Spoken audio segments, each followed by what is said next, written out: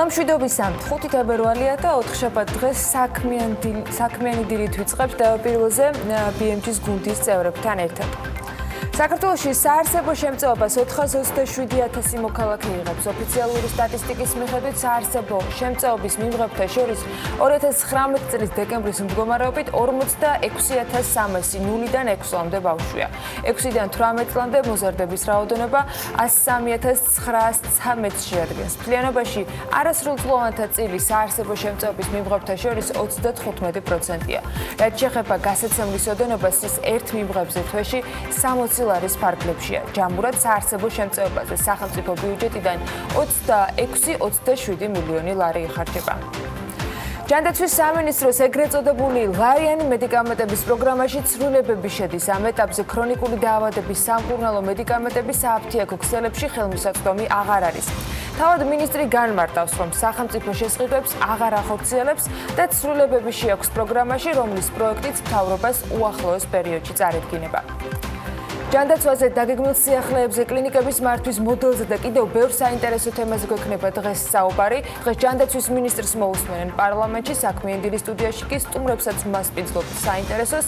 დილიდან სტუდიაში შემოგვიერთება ანუკა ჯოხაძე და მისი სტუმრები ლევან ქოქიაშვილი, გასტრონავტის ხელმძღვანელი და რესტორატორი, დალით სატავა, საქართველოს გასტრონომიის ასოციაციის პრეზიდენტი, გასტრონომიული კულტურის მკვლევარი და ასევე მასპინძლობთ პროფესიულ განათლებაზე დაგეგმილ ცვლილებებზე და გამოწვევებზე ჩვენ სტუმარს განვიხილავთ განათლების მინისტრის მოადგილესთან ამ თემას. უწყება პროფესიული განათლების მასწავლებლების პროფესიული განვითარების ახალი მოდელი შექმნაზე მუშაობს, რომელიც ამ წლის ბოლომდე უნდა დაინერგოს. თამარ ქიტიაშვილი შემოგვიერთდება დეტალებით სტუდიაში. ბექა ბაციკაძესთან და 4 შაბათის ტრადიციულ თანაწამყვანებთან ერთად საინტერესო ამბები გელით მსოფლიო როგორც ასეთის ფარგლებში. ნინო ზამბახიძე კი დღეს სოფლის მეურნეობის გამოწვევებზე, რეგულაციებზე და ახალ შესაძლებლობაზე ისაუბრებს ბექა გონაშვილთან ერთად.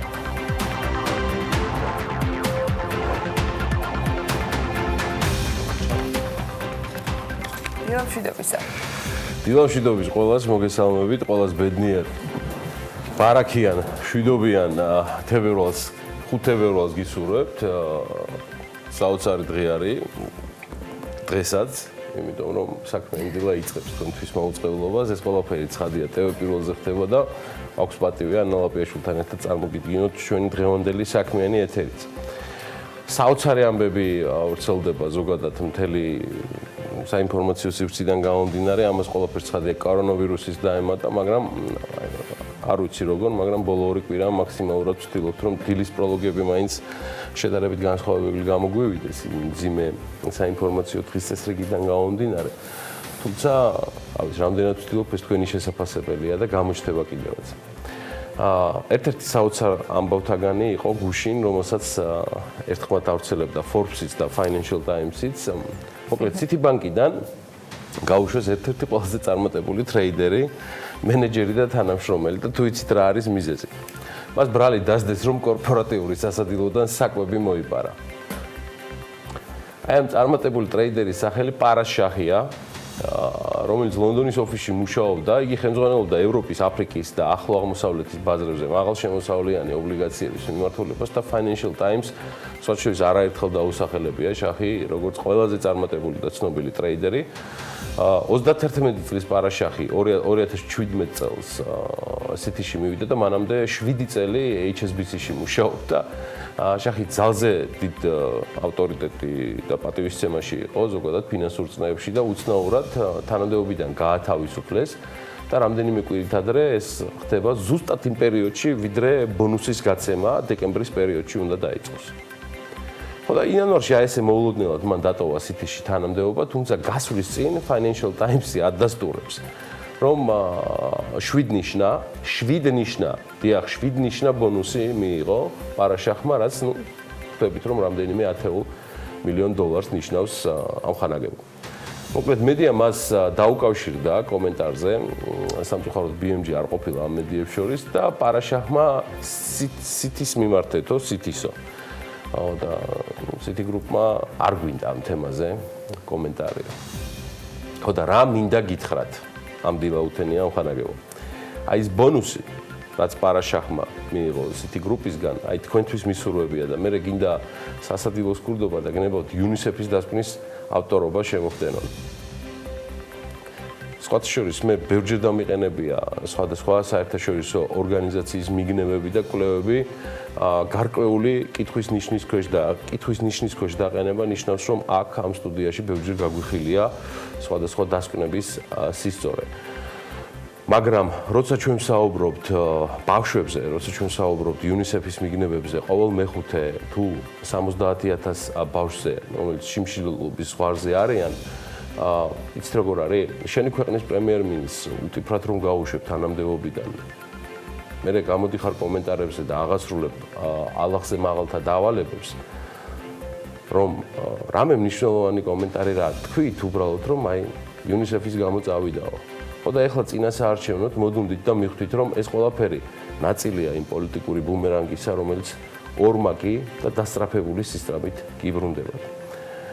ამ ბუმერანგს UNICEF-ის დასკვნა ქვია და მისი წაკითხვა იცის ყველა.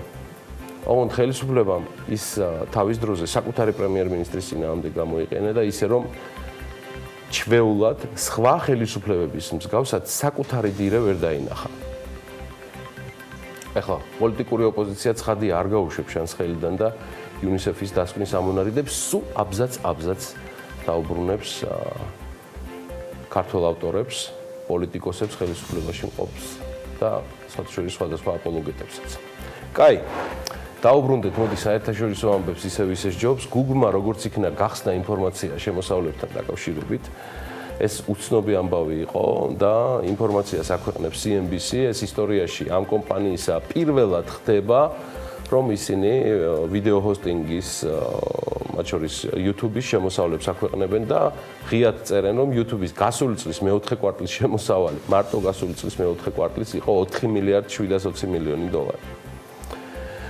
ხოლო ჯამურად ამან ყველაფერმა გასულ წელს 15 მილიარდ 150 მილიონ დოლარს გადააჭარბა. დიახ, Google-ის შემოსავალი მისი ერთ-ერთი კომპანიისგან, ანუ YouTube-ისგან მხოლოდ რეკლამაზე 15 მილიარდ 150 მილიონი. Google-ის წარმომადგენელმა არ დააკონკრეტა CNBC-სთან თუ შემოსავალი, ანუ რეკლამიდან შემოსავლის რა წილი მიემართება ამ ვიდეოების, ანუ ეგრეთ წოდებული კონტენტის შემქმნელებისკენ. ანუ საუბარია მათზე, ვისაც YouTube-ი თავად უხდის ფულს, თუმცა მახსენდება რუთ პორედის, Google-ის ფინანსური დირექტორის ზეპირი ინფორმაცია იყო, რომ დიდი ნაწილი აი ამ შემოსულობებისა თანხებისა სწორედ ვიდეოს შემოქმედთა და ავტორთა ანგარიშებზე მოდის. მილიარდერები სხვათა შორის აგრძელებენ სხვადასხვა ფორმით იდეების გენერირებას, როგორ მიიპყრონ ერთის მხრივ საზოგადოების ყურადღება და იქვე საზოგადოების მოჭარბებული ინტერესის ფონზე, რაც შეიძლება მეტი თანხები დააგენერირონ ქველმოქმედებისთვის. თავისას არ იშლის Microsoft-ის დამფუძნებელი Bill Gates-ი და იგი ჩოგბურთს ითამაშებს კვლავ წყვილში როჯერ ფედერერთან ერთად. Gates-ი ნამდვილად არ უჩივის გემოვნებას. და Gates-ი და ფედერერი შეხვდებიან თლად რაფაელ ნადალს და მსახიობ ტრევორ ნოას. კომიკოსი ცნობილი ამერიკელი ტრევორ ნოა. ამაზე Microsoft-ის ლეგენდად ქცეული დამფუძნებელი თავად წერს სხვათა შორის Facebook-ში. ეს მატჩი შედგება 7 თებერვალს ზეგ სამწუხაროდ სამხრეთ აფრიკის რესპუბლიკის დედაქალაქში, სწორედ კეიპტაუნი უმასპინძლებს გრანდების საჩვენებელ მატჩს. სხვათა შორის Bill Gates-მა და ფედერერმა უკვე მოიგონეს საკუთარი გუნდის სახელი და ეს Gates-ერერი იქნება. Gates-ერერი, აბა. ამ საქველმოქმედო მატჩით ისინი ფიქრობენ $1,000,000 შეაგროვონ ფედერერის სახელობის ფონდისთვის, რომელიც სკოლამდელი განათლების მხარდაჭერას ახორციელებს აფრიკაში და სხვათა შორის Associated Press-ი წერს, რომ ფედერერის მშობლიურ შვეიცარიაშიცო. ისე 2017-ში Gates-მა უკვე ითამაშა წყვილში ფედერერთან ერთად და მათი მოწინააღმდეგე მაშინ ამერიკელი ჩოგბურთელი ჯონ ისნერი და მაიკ მაკრიტი იყვნენ, Pearl Jam-ის გიტარისტი. რაც მახსოვს $2,000,000 აიკრიფა მაშინ ამ თამაშით, რაც არაჩვეულებრივი და მშვენიერი შედეგია. ერთი რაც მახსენდება ამ ყველაფრის ფონზე არის ის, რომ სოციალურ Facebook-ში წავიდა ანგარიშების გაუქმების რაღაცა ახალი ნაბიჯებს დგავენ სოფლიოს ძლიერი ამ ქვეყნისგან და სტივენ კინგმა გადაწყვიტა Facebook-ში ანგარიში გააუქმებინა და მხოლოდ Twitter-ი დაიტოვა, რომ იცოდეთ, ვტოვებ Facebook-ს, აი ესეთი განცხადება გააკეთა, ძალიან ეხმაურება მათ შორის ჩემს სურვილებსაც, ბოდიში ვხდიე ხანთლად რო აქ ვაკეთებ შედარებებს, მაგრამ ნახეთ რას წერს, დისკომფორტს ქმნის ყალბი ინფორმაციის ზღვა, რომელიც პოლიტიკური რეკლამების სახით ვრცელდება. ასევე არ მჯერა, რომ მომხმარებლების პერსონალური მონაცემები დაცულია. წერს სტივენ კინგი და როგორც გითხარით, მან დატოვა Facebook-ი, Facebook-ი ანგარიში მას გაფორმებული აქვს და გაუქმებული აქვს და იგი მხოლოდ Twitter-შია დარჩენილი. კარგი. გადავიდეთ ერთ თემაზე, რომელიც ბოლო 3 კვირა არის, მთავარი თემა არის კორონავირუსი. როგორც ჩანს, იგი ჩინეთის ეკონომიკაზე საკმაოდ სერიოზულად აისახა. CNN წერს, რომ ისედაც მყიფე ეკონომიკას უფრო მეტ პრობლემას შეუქმნისო. ჩინურ ეკონომიკაზეა საუბარი, CNN-ის კონოტაცია. ეკონომიკაზე ვირუსის გავლენის განსაზღვრა ჯერჯერობით შეუძლებელია, მაგრამ როგორც ეკონომისტები აცხადებენ, ჩინეთის ეკონომიკა ამ კვარტალში შესაძლებელია მთლად 2%-ული პუნქტითაც შემცირდეს. რადგან ეკონომიკა ფაქტობრივად პარალიზებულია, მონაცემებით ქვეყანა სავარაუდოდ $60 მილიარდ დაკარგავს და გაჩერებული ეკონომიკით ბიზნესი ყველაზე მეტად ზარალდება, მაგრამ მთავრობისთვის ამ მომენტში ცალსახად ვირუსის შეჩერება უფრო მნიშვნელოვანია ვიდრე ეკონომიკა, აღნიშნავს მსოფლიო მედია. და აღსანიშნავია იდეაში ისიც, რომ ჩინეთის მთავარი ბანკები მცირე ბიზნესებს, რომელიც დაზარალებულ რეგიონში და კორონავირუსის კერაში არის განთავსებული, სავარაუდოდ გადასახადებისგან გაათავისუფლებენ. ამას CNN-იც ადასტურებს. ჩინეთის მთავრობამ ვირუსის სამკურნალოდ ვაქცინის შესაქმნელად და შესაბამისი დანადგარების და ინფრასტრუქტურის მოსაწყობად $12 მილიარდ 600 მილიონი უკვე გამოყო. თუმცა ჩინეთის ბაზრებზე გუშინდელი დღის შემდეგ კორექტირება მაინც მოხდა მთელი ამ სამკვირიანი კლების შემდეგ და ინდექსები მცირედით, მაგრამ მაინც გაიზარდა. შანხანის და შენზენის ინდექსებზეა 2.6%-ით საუბარი, მას შემდეგ რაც ცენტრალურმა ბანკმა ახალი ფულის გამოშვება დროებით შეაჩერა, რათა ფინანსური სექტორისთვის მხარი დაეჭირა. მიუხედავად ამისა, მაინც ვერ აღმოიფხვრა დანაკლისი, რადგან ბირჟების გახსნისთანავე ინდექსები 7.8%-ით დაეცა. ახალი ფულის გამოშვების მიზეზი შენჟენ კომპონენტისა და შანხაი კომპოზიტის ინდექსების ვარდნა იყო. კვირის დასაწყისში კომპონენტის ინდექსი 8.9%-ით დაეცა, კომპოზიტი 7.7%. ჯამურად ორივე ინდექსის დანაკარგი, ესე რომ აიღო $445 მილიარდ აჭარბებს. CNN-ი ადასტურებს, რომ 2015 წლის აგვისტოს შავი ორშაბათის შემდეგ მსგავსი კლება შანხაის საფონდო ბირჟას არ ქონია. რაც შეეხება შენჟენს, მსგავსი კლება ბოლო 2007 წელს ფიქსირდება 1.6%-ით გაუფასურდა იუანიც. საფონდო ბირჟების დახურვამდე კორონავირუსის 800-მდე შემთხვევა ფიქსირდებოდა, ახლა კი სტატისტიკა 17,000-ზე მიუთითებს. ბირჟები 24 იანვრის შემდეგ დახურული იყო და მათი გახსნა 31 იანვარს იგეგმებოდა, თუმცა ჩინეთის მთავრობის გადაწყვეტილებით ვადებმა 3 თებერვალამდე გადაიწყა. ამასობაში ლონდონის საფონდო ბირჟისკენ ვინაცვლებთ, დიახ, იქ 4 შაბათის ვაჭრობის შედეგად ბრენტის მარკის ნავთობის ფასი 5%-მდე შემცირებულია, 54 ფარგლებშია $, ბარელის ფასთან მიმართებაში. თბილისის დროით ეს იყო დილის 5 საათისკენ, როცა $54-ზე ქვემოთ კი ბოლოს ბრენტის ფასი, მე მგონი 2019 წლის 3 იანვარს იყო. ანალიტიკოსები აცხადებენ, რომ ნავთობის ფასი კვლავინდებურად უარყოფითად მოქმედებს ჩინეთში გამოვლენილი ახალი კორონავირუსით გავრცელებული ინფორმაციები და ქვეყანაში სამუშაო აქტივობის და ტურიზმის შენელების ფონზე ნავთობზე მოთხოვნამ თითქმის 20%-ით იკლო, რაც 3 მილიონი ბარელით მოთხოვნაზე კლებაში გამოიხატება. ამაზე ჩინეთის გავრცელებულ კორონავირუსს ახლა ვიზეც ვისაუბრებ, ნაკლებად მოქმედებს. ყოველ შემთხვევაში ამ ეტაპზე არ უმოქმედია, თავიანთი კორონა ყავთ ვირუსებიანად. ამ შემთხვევაში უფრო რუს მილიარდერებზე ვსაუბრობ, რომელთა ქონების შეფასებაზე ინფორმაცია ბლუმბერგმა გაანაახლა.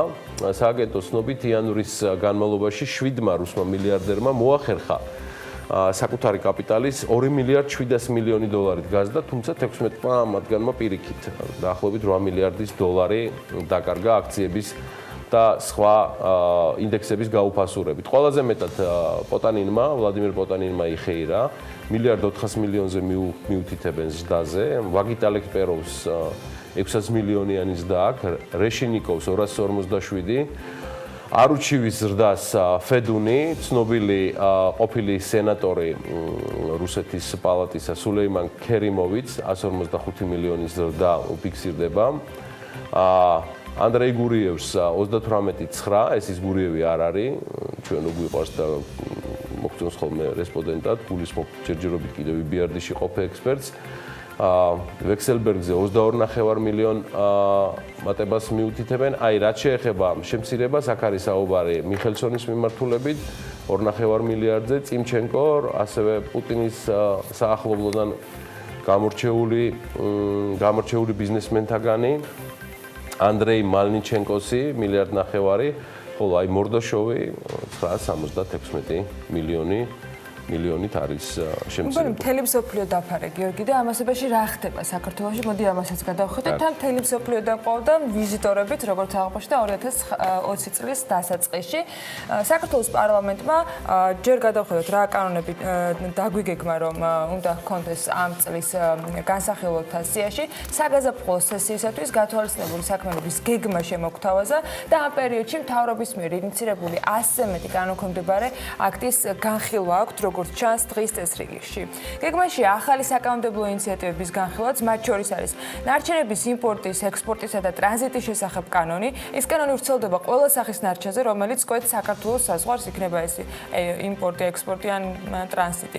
ასევე განსახილველი იქნება პოსტის შესახებ კანონი, რომლის პროექტიც ადგენს, რომ საქართველოს მთელ ტერიტორიაზე პოსტის სფეროში საქმიანობის სამართლებრივი, საფუძველი და ძირითადი პრინციპები უნდა განისაზღვროს. კიდევ ერთი განსახილველი პროექტი ეს იქნება ელექტრონული კომერციის შესახებ კანონპროექტი, რომლის თანახმადაც დარეგულირდება საინფორმაციო საზოგადოების მომსახურებასთან დაკავშირებული საქმიანობა, ამ მომსახურების გამწევი და მიმღები პირების პასუხისმგებლობა და ასე შემდეგ. საინვესტიციო ფონდების შესახებ კანონიც 2020 წელს უნდა განიხილონ ამოწვევის დეპუტატებმა, როგორც ჩანს, და ახალი კანონით მოხდება არსებულის გაუქმება, პროექტი კი ადგენს რეგულირებადი და ალტერნატიული ფონდების სახეებს. ფასიანი ქაღალდების ფლობის შესახებ კანონის პროექტის მიხედვით გამოჩენილი არის ანგარიშის წარმოებლის ცნება, რომელიც ქმნის შესაბამის იერარქიას ფასიანი ქაღალდის ფლობასთან დაკავშირებულ უფლებაზე. რეაბილიტაციის და კრედიტორთა კოლექტიური დაკმაყოფილების შესახებ კანონში კი, რომელიც ასევე განსახილველთა სიაში არის, მომზადების საჭიროება ხდება გადახდის უნარობის საქმის წარმოების შესახებ საქართველოს კანონში არსებული ხარვეზების გამო. კიდევ ერთი მიმართულება, რაზეც დეპუტატები იმსჯელებენ, ეს იქნება მეწარმეთა შესახებ კანონი. ამ პროექტის თანახმად დასახული არის მიზანი, რომ ამ სფეროში ფუნდამენტური ცვლილებები განხორციელდეს და მოქმედ კანონში არსებული დაურეგულირებელი საკითხების მოწესრიგება მოხდეს, შესაბამისად ბიზნეს გარემოსათვის უფრო მოქნილი და ხელსაყრელი გარემო შეიქმნას. დასაქმების შესახებ კანონში საქართველოს კანონი ადგენს ცვლილებებს, რომლის მიხედვითაც სახელმწიფო პოლიტიკის ეკონომიკურ, სოციალურ, ორგანიზაციულ და სამართლებრივ საფუძვლებში ურთიერთობები უნდა დარეგულირდეს, რომელიც წარმოიშობა დასაქმებასთან დაკავშირებულ პროცესში დამსაქმებლის მხრიდან და სამუშაოს მაძიებელსა და სახელმწიფოს შორის.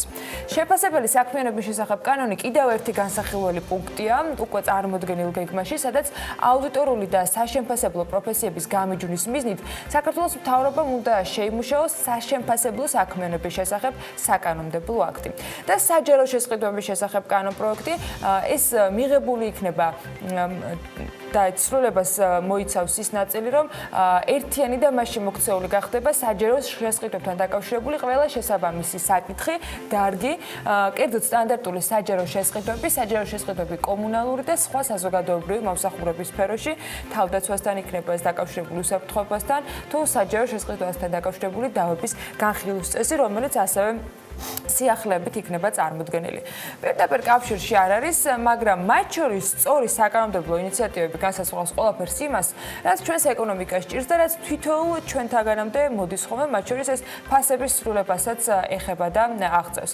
ინფლაციის მაჩვენებლები, მოლოდინები და მიზეზები თითქოს გადავიარეთ და ახლა მაინც მინდა რომ იმ 10 პროდუქტი შემოგთავაზოთ, რომელიც ამ წლის პირველივე თვეში წინა წლის შესაბამის თვესთან შედარებით ყველაზე მეტად გაძვირდა. აი ჩამონათვალე ჩამონათვალი კი ყველაზე გაზრდილი ფასებისა აი ასეთ სურათს გვაძლევს. ნიუ-იორკი წელსაც გამორჩეული იყო 157%-ზე მეტი ზრდა დააფიქსირა, საქალაქოთა შორისო ტელეფონის გადასახდელების ზრდა 78%-ზე მეტით მოხდა. შემდეგი არის ამ ერთგვარ რეიტინგში ყველაზე გაძვირებულებისა წიწიბურა, ვაშლი, საზამთრო, მსხალი, მარილი, ქორწინების 958 სინჯის ოქროს ბეჭედი, ატამი და ლიმონი. ასევე უნდა შემოგთავაზოთ ის პროდუქტები, რომლებიც მათ შორის ყველაზე მეტად გაიაფრდა, ანუ რომლებზეც ფასი შემცირდა 2020 წლის იანვარში, იგივე შარშანდელი წლის შესაბამის თვესთან შედარებით და აქაც საქსტატის მონაცემებს ვეყვნებით. აი აქ კი ჩამონათვალი ასეთია. ყველაზე მეტად გაიაფებულა კომპოსტო. მას მოყვება USB ფლეშ ბარათები, მწვანელობიო, ბადრიჯანი, ქალის ქურთუკები, წიწაკა, ქალის ზამთრის პალტო, გოგოს საზაფხულო ფეხსაცმელი, ქალის ქვედაკაბა და მამაკაცის შარვალი. უკვე მამაკაცები დაჩაგრულან ამ ნაწილში. მამაკაცები დაიჩაგნენ თუ არ დაიჩაგნენ, ეს არ ვიცი, იმიტომ რომ სქესთა ბალანსი ამ ნაწილში და ამ სტატისტიკაში არ აქვს, მაგრამ ფაქტია, რომ წელს ტურისტული სეზონისათვის უხთოვლობას ნამდვილად ვერ დავეკვეხნით, უწყლობაც იყო, უგზოობაც ბევრი იწუწუნეს. იანვარ ყოველ შემთხვევაში ასეთი ამბები დაიწყო, მაგრამ მაინც რეკორდული რაოდენობის სტუმრებს უმასპინძლებთ. ტურიზმის ეროვნული ადმინისტრაციის განახლებული ინფორმაციით 2020 წლის იანვარში ჩვენს ქვეყანაში 633,201 საერთაშორისო მოგზაურთა ვიზიტი შედგა. ეს კი იმას ნიშნავს, რომ ზრდა წინა წლის იანვართან შედარებით თითქმის 20%-იანი იყო, უფრო ზუსტად 19,8%. ტურისტული ვიზიტების რაოდენობა კი განისაზღვრება აი ასე 363,614 იყო, ეს არის 57,675 მეტი ვიდრე 2019 წლის იმავე პერიოდში და ზრდა აქ თითქმის 19%-იანია.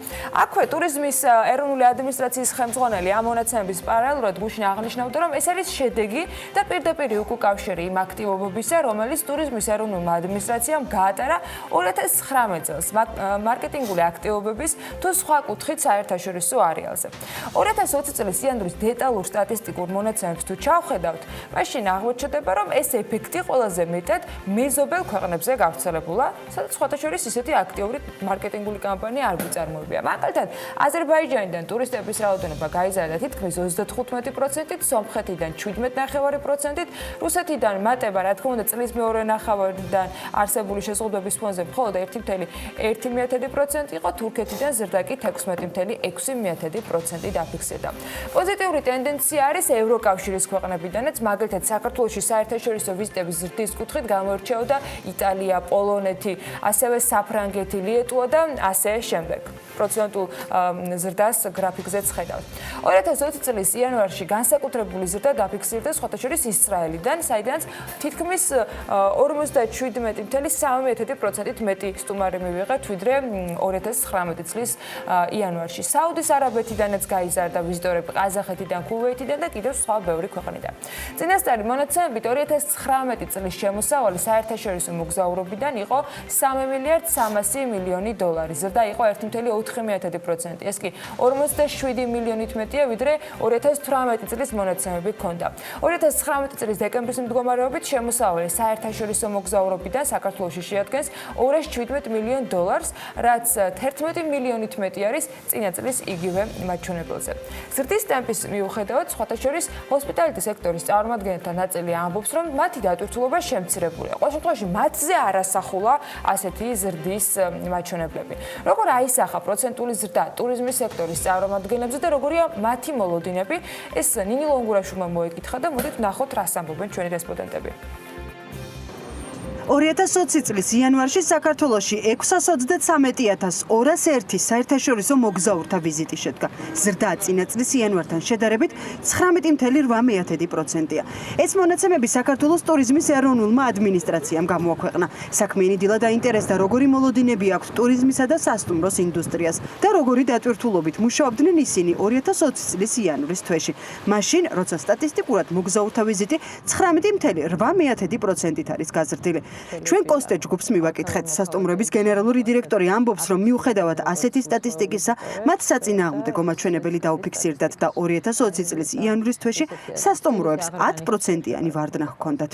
კონკრეტულად 2020 იანვარს რაც შეეხება, წინა წელთან შედარებით ჩვენ 10%-იანი ვარდნა გვაქვს და მთელი წელი რომ ავიღოთ 2019 და შევადაროთ 2018-ს, ჯამში დაახლოებით 12%-იანი ვარდნა არის დატვირთულობაში და ასევე შემოსავლებში დაახლოებით 8%.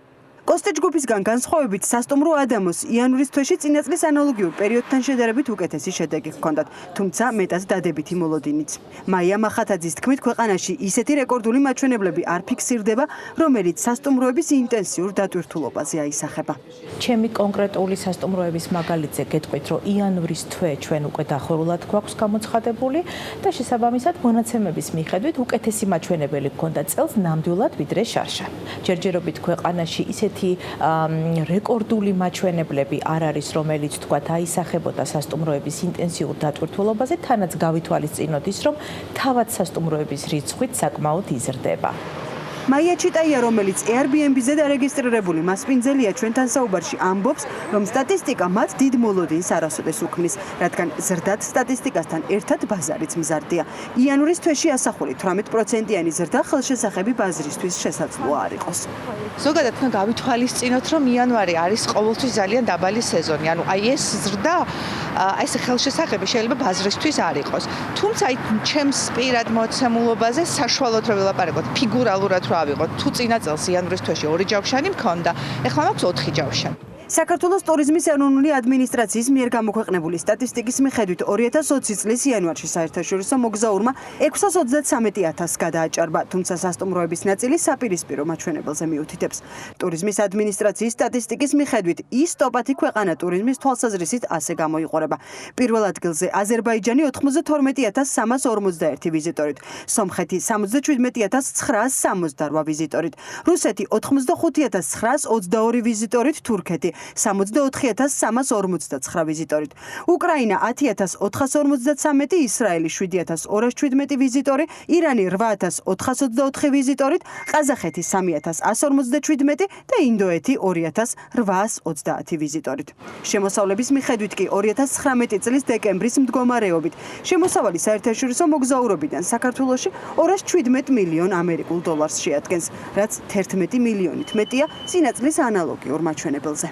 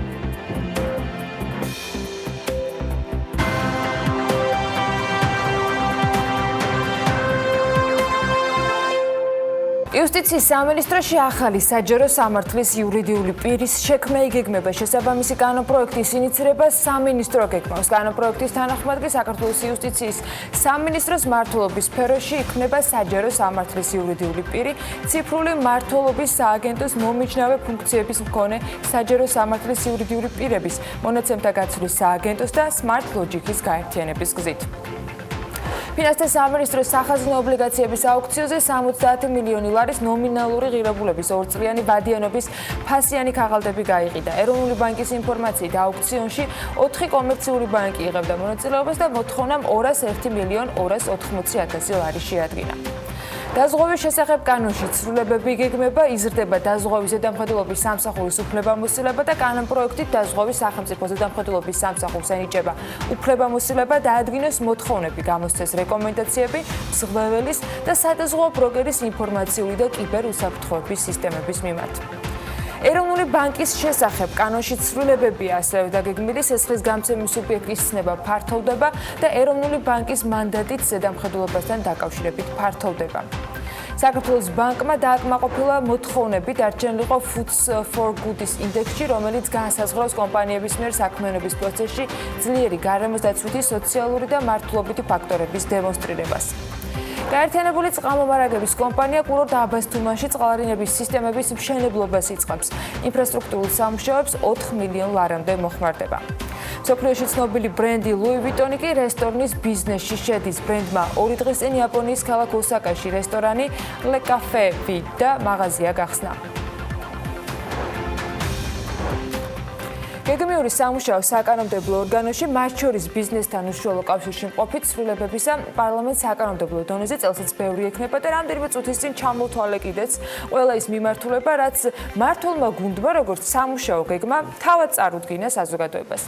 ერთ-ერთი კერძო სექტორისაგან ყველაზე აქტიურად განხილვადი შრომის კანონმდებლობა, რომის განხილვის დაწყების შემთხვევაშიც ჩართულობას ითხოვს კერძო სექტორიც. გეგმა კი ასეთია. 2020 წელს უნდა დასრულდეს შრომის დასაქმების და სოციალური დაცვის სფეროში 11 დირექტივის ტრანსპორტიზაცია ქართულ კანონმდებლობაში. ამის შესახებ პარლამენტის 2020 წლის საგაზაფხულო სესიისათვის გათვალისწინებულია მთავრობის კანონშემოქმედებითი საქმიანობის მოკლევადიანი გეგმა. ამ გეგმის თანახმად კი ხელისუფლება დღის და კვირის განმავლობაში სამუშაო საათების შესვენების და დასვენების დროის მაქსიმალური ოდენობის განსაზღვრას აანონსებს.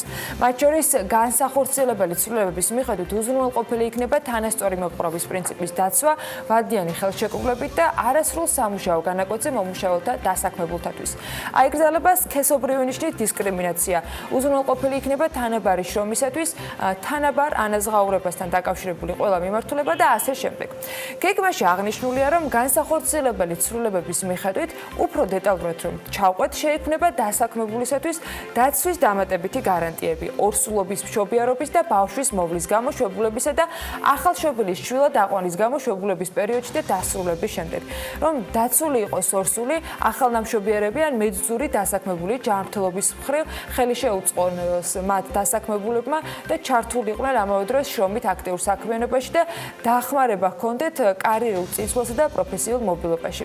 ასევე სიახლეებით განისაზღვრება დამსაქმებლის ვალდებულება, დროულად მიაწოდოს ინფორმაცია დასაქმებულებს შრომის არსებითი პირობების ან მათი ცვლილებების შესახებ. განისაზღვრება დამსაქმებელთა ვალდებულება გაატაროს პრაქტიკული ღონისძიებები ინფორმირების და კონსულტირების უფლებების დასაცავად, რაც მოიაზრებს დასაქმებულთათვის ინფორმაციის მიწოდებას, დასაქმებულის საწარმო საქმიანობის არსებული და საომავლო განვითარების შესახებ, მათ შორის ეკონომიკური მდგომარეობისა და იმ გადაწყვეტილებების შესახებ, რომელმაც შესაძლოა მნიშვნელოვანი ზეგავლენა მოახდინოს შრომის ორგანიზებაზე და შრომითი ხელშეკრულების არსებით პირობებზე.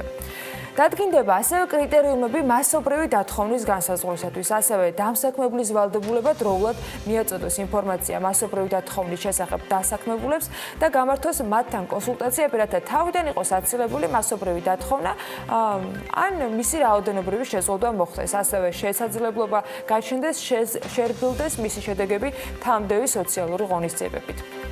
განისაზღვრება ბიზნესის ან ბიზნესის გასხვისების მომენტში არსებული შრომითი ხელშეკრულებებიდან ან შრომითი ურთიერთობებიდან გამომდინარე გამსხვისებლის და შემძენის უფლებები და მოვალეობები, ასევე გამსხვისებლისა და შემძენის ვალდებულება მიაწოდონ დასაქმებულებს ინფორმაცია და გამართონ კონსულტაციები დროულად გასხვისებამდე და შემდეგ საკითხებზე. გასხვისების თარიღი ან გასხვისების დაგეგმილი თარიღი კი გასხვისების საფუძველი დასაქმებულთათვის სამართლებრივი, ეკონომიკური და სოციალური შედეგები უნდა იყოს ასევე გაცნობილი დასაქმებულებისათვის.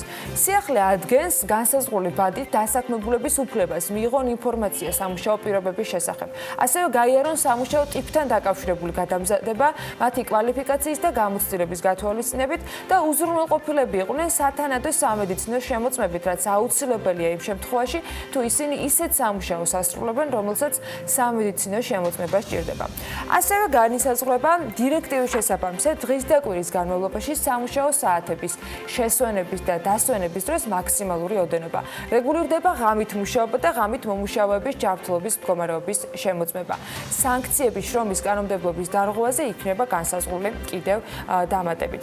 ეს არის საკითხები, მათ შორის კერძო სექტორისთვისაც მისაღები, მიუხედავად იმისა, რომ ყველა ჩემი ჩამოთვლილი თემიდან ალბათ მიაქცევით ყურადღებას, რომ დამსაქმებელი ვალდებულიათი იწყებოდა ეს ნაწილი. ამ გაუმჯობესებაზე დასაქმებულების უკეთეს პირობების უზრუნველყოფას და ასე შემდეგ თანხმდება ყველა საჭიროები და გამომდინარე. თუმცა კერძო სექტორი იმასაც აღნიშნავს, რომ რომის პაპზე მეტი კათოლიკეობა არაფერში ვარგა, ასეთი თავგამოდების საფრთხეს კი როგორც ჩანს ბიზნესი შრომის ინსპექციის უფლებამოსილებების გაწერაში ხედავს და ამასთან დაკავშირებით საკითხი განხილული იყო ასევე ინგროყვას შვიდში გამართულ შეხვედრაზე, რომელიც ინვესტორთა საბჭოს ხდომის ფორმატში შედგა. ვისაუბრეთ შრომის ინსპექციაზე, რაც არის ახალი კანონპროექტი, ამასთან დაკავშირებითაც არის ჩვენი მოსაზრება, რომ ზოგიერთი მისი მოხლე არ უნდა განხორციელდეს, უფრო მეტიც წამყვან დასავლეთ ევროპულ ქვეყნებში არ არის ის მოთხოვნები, რასაც ეს კანონპროექტი აყენებს და ბუნებრივია ცალსახად დავიცავთ ჩვენი წევრების ინტერესებს. ყოველგვარი სასამართლოს გადაწყვეტილების გარეშე შეუძლია შევიდნენ ნებისმიერ კომპანიაში და განახორციელონ მონიტორინგი და ზედამხედველობა იმ საკითხების, რომელიც ვფიქრობ, რომ უნდა სცილდებოდეს მათი კომპეტენციის არეალს. თუმცა არის საუბარი ჩვენ გვექნება კომუნიკაცია ხელისუფლებასთან და დარწმუნებული ვარ საბოლოო ჯამში მივიღებთ ისეთ კანონმდებლობას, თუ ის იქნება მიღებული, რომელიც იქნება ბიზნესის შემდგომ განვითარებაზე ორიენტირებული. როცა ვამბობთ, რომ ხდება ჰარმონიზაცია და ჩვენი დაახლოება ევროკავშირთან, როგორც სახელმწიფოსი, ასევე ბიზნესის ინტერესია, რომ ეს დაახლოება ისე უნდა ხდებოდეს, რომ არ მოხდეს არც დამსაქმებელის დაზიანება და არც დასაქმებულის. ეს განცხადება საქართველოს ბიზნეს ასოციაციის პრეზიდენტმა ინვესტორთა საბჭოს ხდომის შემდეგ გააკეთა. მე კიდევ ერთი ძალიან ძველი კომენტარი მინდა გავიხსენო, უпростоროდ აღმოჩნდა, რომ ამ თემაზე 2013 წელს რამდენიმე კომენტარი იყო ყოფილი პრემიერის მხრიდან და დღევანდელი მმართველი პარტიის თავმჯდომარისგან, რომელიც პრემიერობის დროს 2013 წლის მაისში მინიმუმ 2 სატელევიზიო კომენტარს აკეთებს ამ თემაზე. ორივე შემთხვევაში ბიძინა ივანიშვილის, სხვათა შორის გიორგი მარგველაშვილის, მაშინდელი ვიცე-პრემიერის და განათლების მინისტრის რეპლიკას აკომენტარებს და პრინციპში ორივე შემთხვევაში ერთნაირი შინაარსის და პათოზის პოზიციას აფიქსირებს. ვეტყვი, რომ იუსტიციის სამინისტრომ ნორმალური კანონის შემოგვთავაზა, შრომის კოდექსი ნორმალური კანონმდებლობა იყო, ნორმალური კანონი იყო და ნორმალური სახე ჰქონდა მას, ევროპულთან ახლოს მდგარი. მთავრობამაც ეს დაამტკიცა, ჩემი აზრით, მას აკალდა ერთი რამ. არ იყო სათანადო დონეზე შეჯერებული ბიზნეს ელიტასთან, ბიზნესმენებთან. მოხდა რეაგირება ოპონენტები და ძირითადი ოპონენტები ამ შემთხვევაში ბიზნესმენები უნდა ყოფილიყვნენ. ამერიკის სავაჭრო პალატიდანაც იყო რეაქცია. რეაქცია გაკეთდა, ამ რეაქციაზე გავაკეთეთ მეორადი რეაგირება და ეს იყო ჯანსაღი პროცესი აბსოლუტურად ხდება კორექტირება, უფრო მეტი გათვალისწინება ხდება ბიზნესმენების პოზიციის, ეს უფლებები შეუზღუდოთ დამქირავებელს, წარმოებელს, ინვესტორს.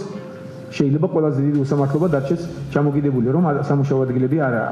სამუშაო ადგილები უნდა შეიქმნას და ინვესტორს უნდა ჰქონდეს ამის დიდი სურვილი. სპეციალისტები მუშაობენ, ბიზნესმენების შენიშვნები გაითვალისწინეს, მაქსიმალურად გაითვალისწინეს ბიზნესმენებს და მეორე მოსმენაზე ამას ყველაფერს უფრო დახვეწილს მოეწიან საზოგადოებას.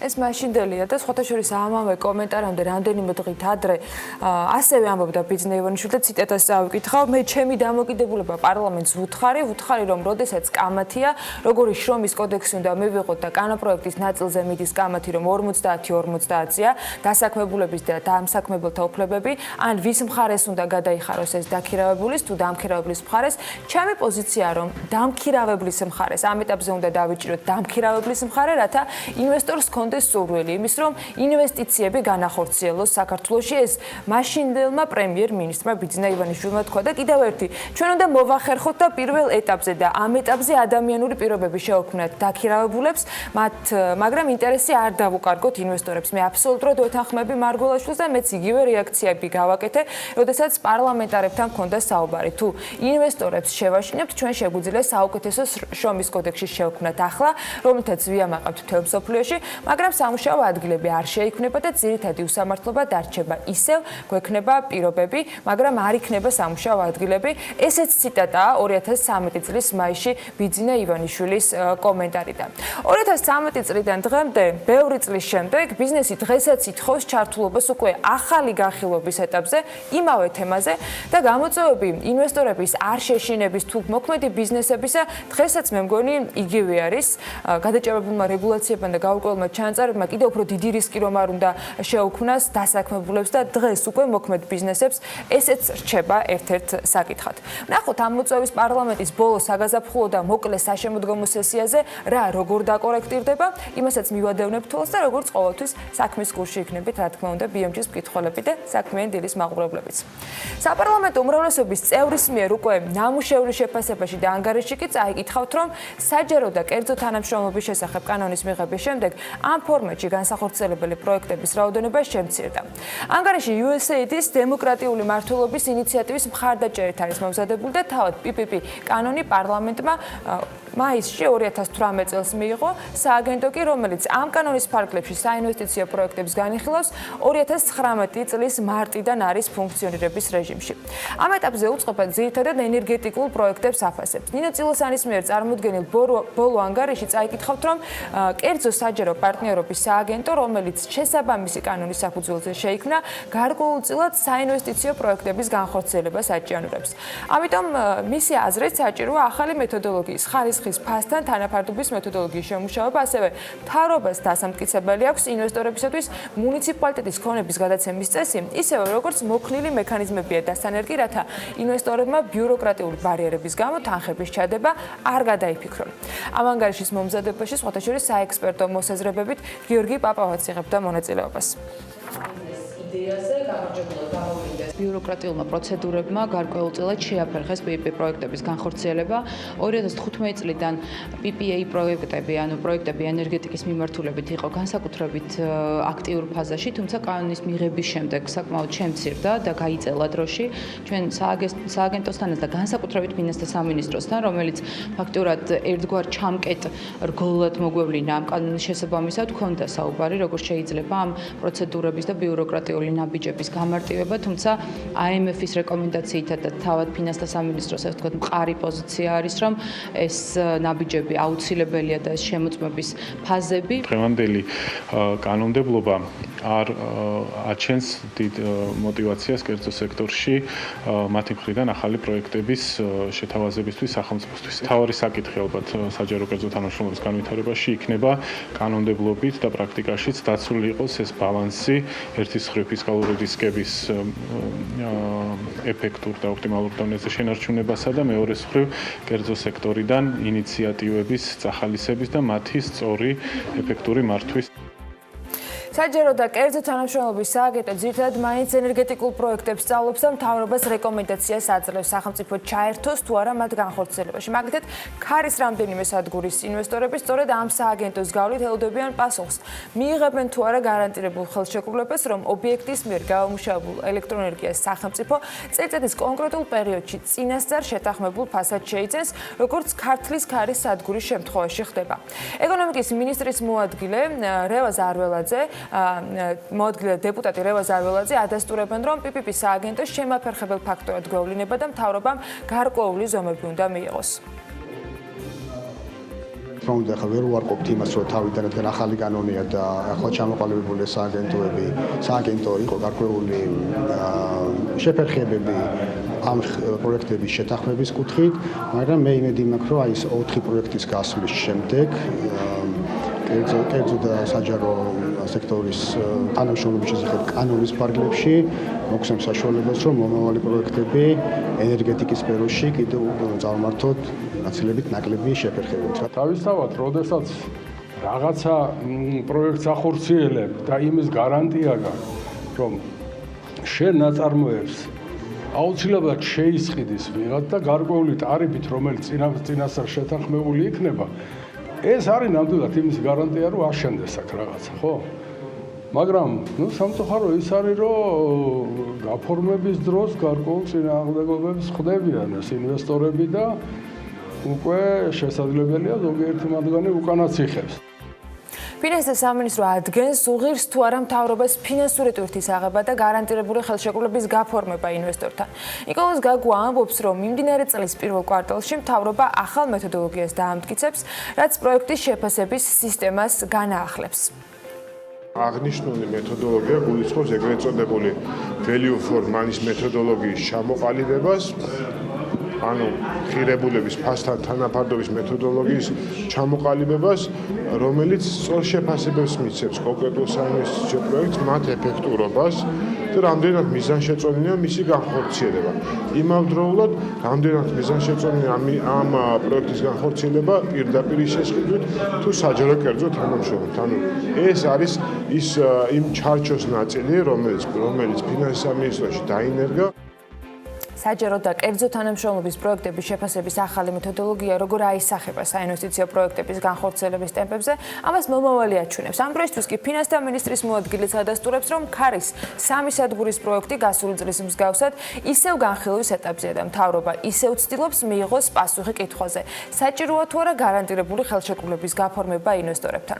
კითხვებზე პასუხი და ძალიან საინტერესო ამბები მოგიმზადეთ BMG-ის მკითხველებისათვის და ჩვენი მაყურებლებისათვის ბიზნეს სიახლეების სკოლაში, რომელსაც უკვე BMG-ზე დაყრდნობით გთავაზობთ. სამკურნალო ფაბრიკა იბერია ამერიკულ და გერმანულ კომპანიებთან აწარმოებს მოლაპარაკებებს, რის შედეგადაც სავარაუდოდ თებერვალში ქართული სპეცტანსაცმელი გერმანიაში, ხოლო ქალისტანის სამოსი შეერთებულ შტატებში ექსპორტზე გავა, ეს BMG-სთან იბერიის დირექტორმა დავით ბიძინაშვილმა განაცხადა.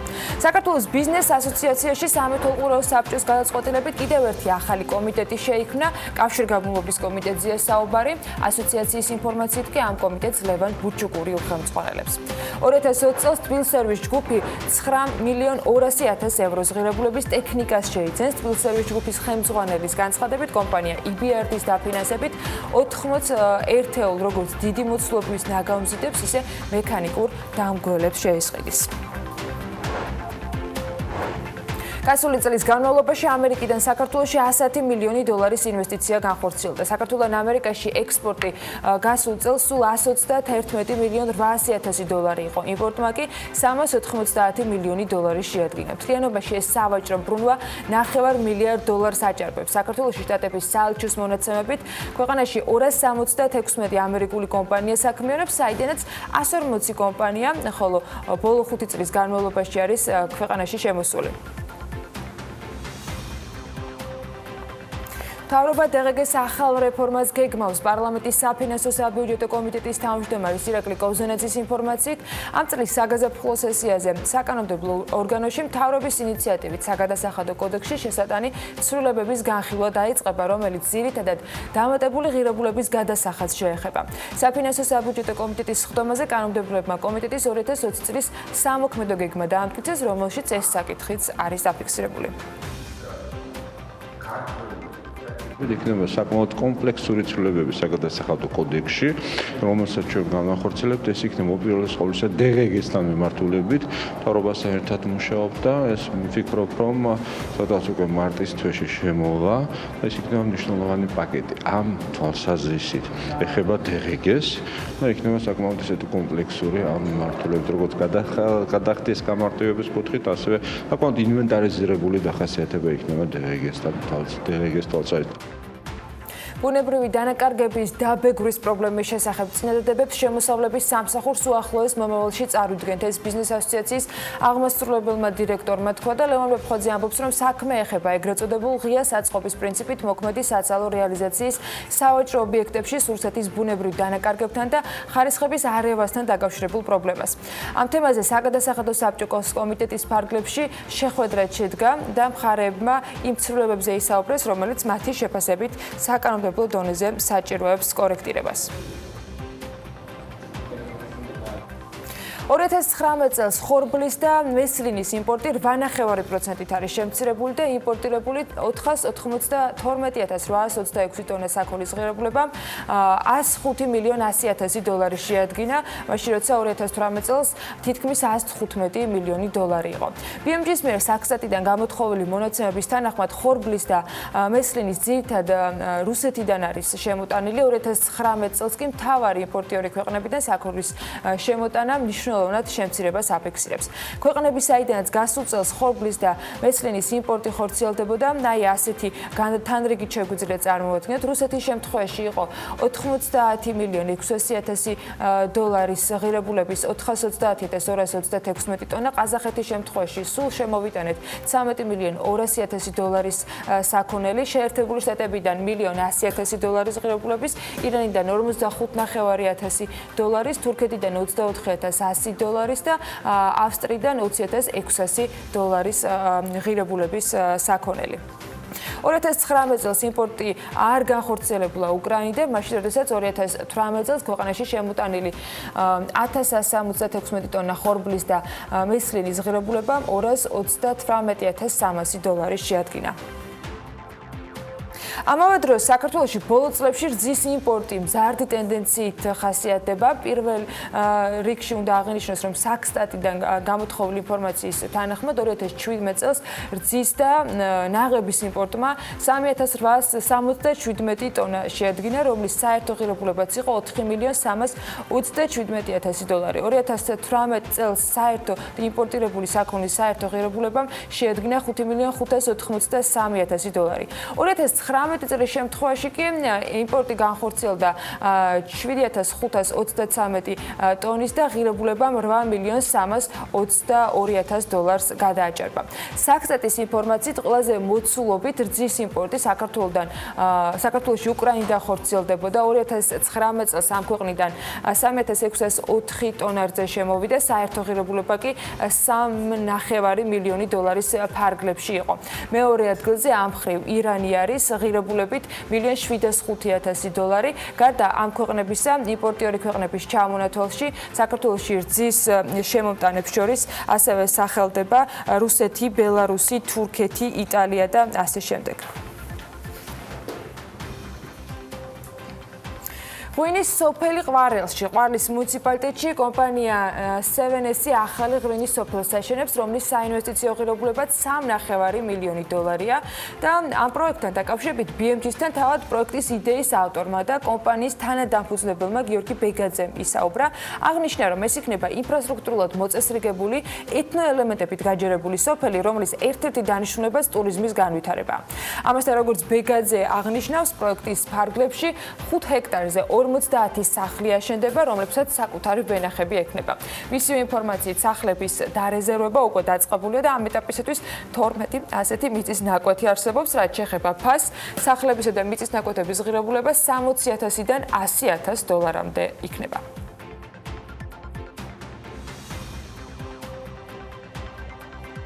კომპანია Green Resort-მა ქობულეთის საინვესტიციო პროექტზე მშენებლობის ნებართვა მოიპოვა. აჭარის მთავრობის ადმინისტრაციის ინფორმაციით, $9 მილიარდი საინვესტიციო პროექტის ფარგლებში კომპანია პირველი ვილის სამშენებლო სამუშაოების დაწყებას უახლოეს პერიოდში გეგმავს.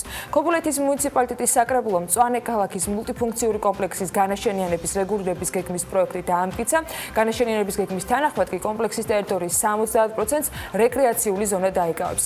აჭარის ისტორიაში ეს ყველაზე მასშტაბური საინვესტიციო პროექტია და სრულად ფინანსდება ევროპული კაპიტალით. უმსხვილესი ინვესტიცია აჭარის 4 სეზონიან კურორტად გადაქცევას უზრუნველყოფს. პროექტის მშენებლობისას და შემდგომ ოპერირებას 500 ადამიანი დაასაქმებს. ეს უკვე აღნიშნული არის აჭარის მთავრობის ადმინისტრაციის მიერ გავრცელებულ რელიზში.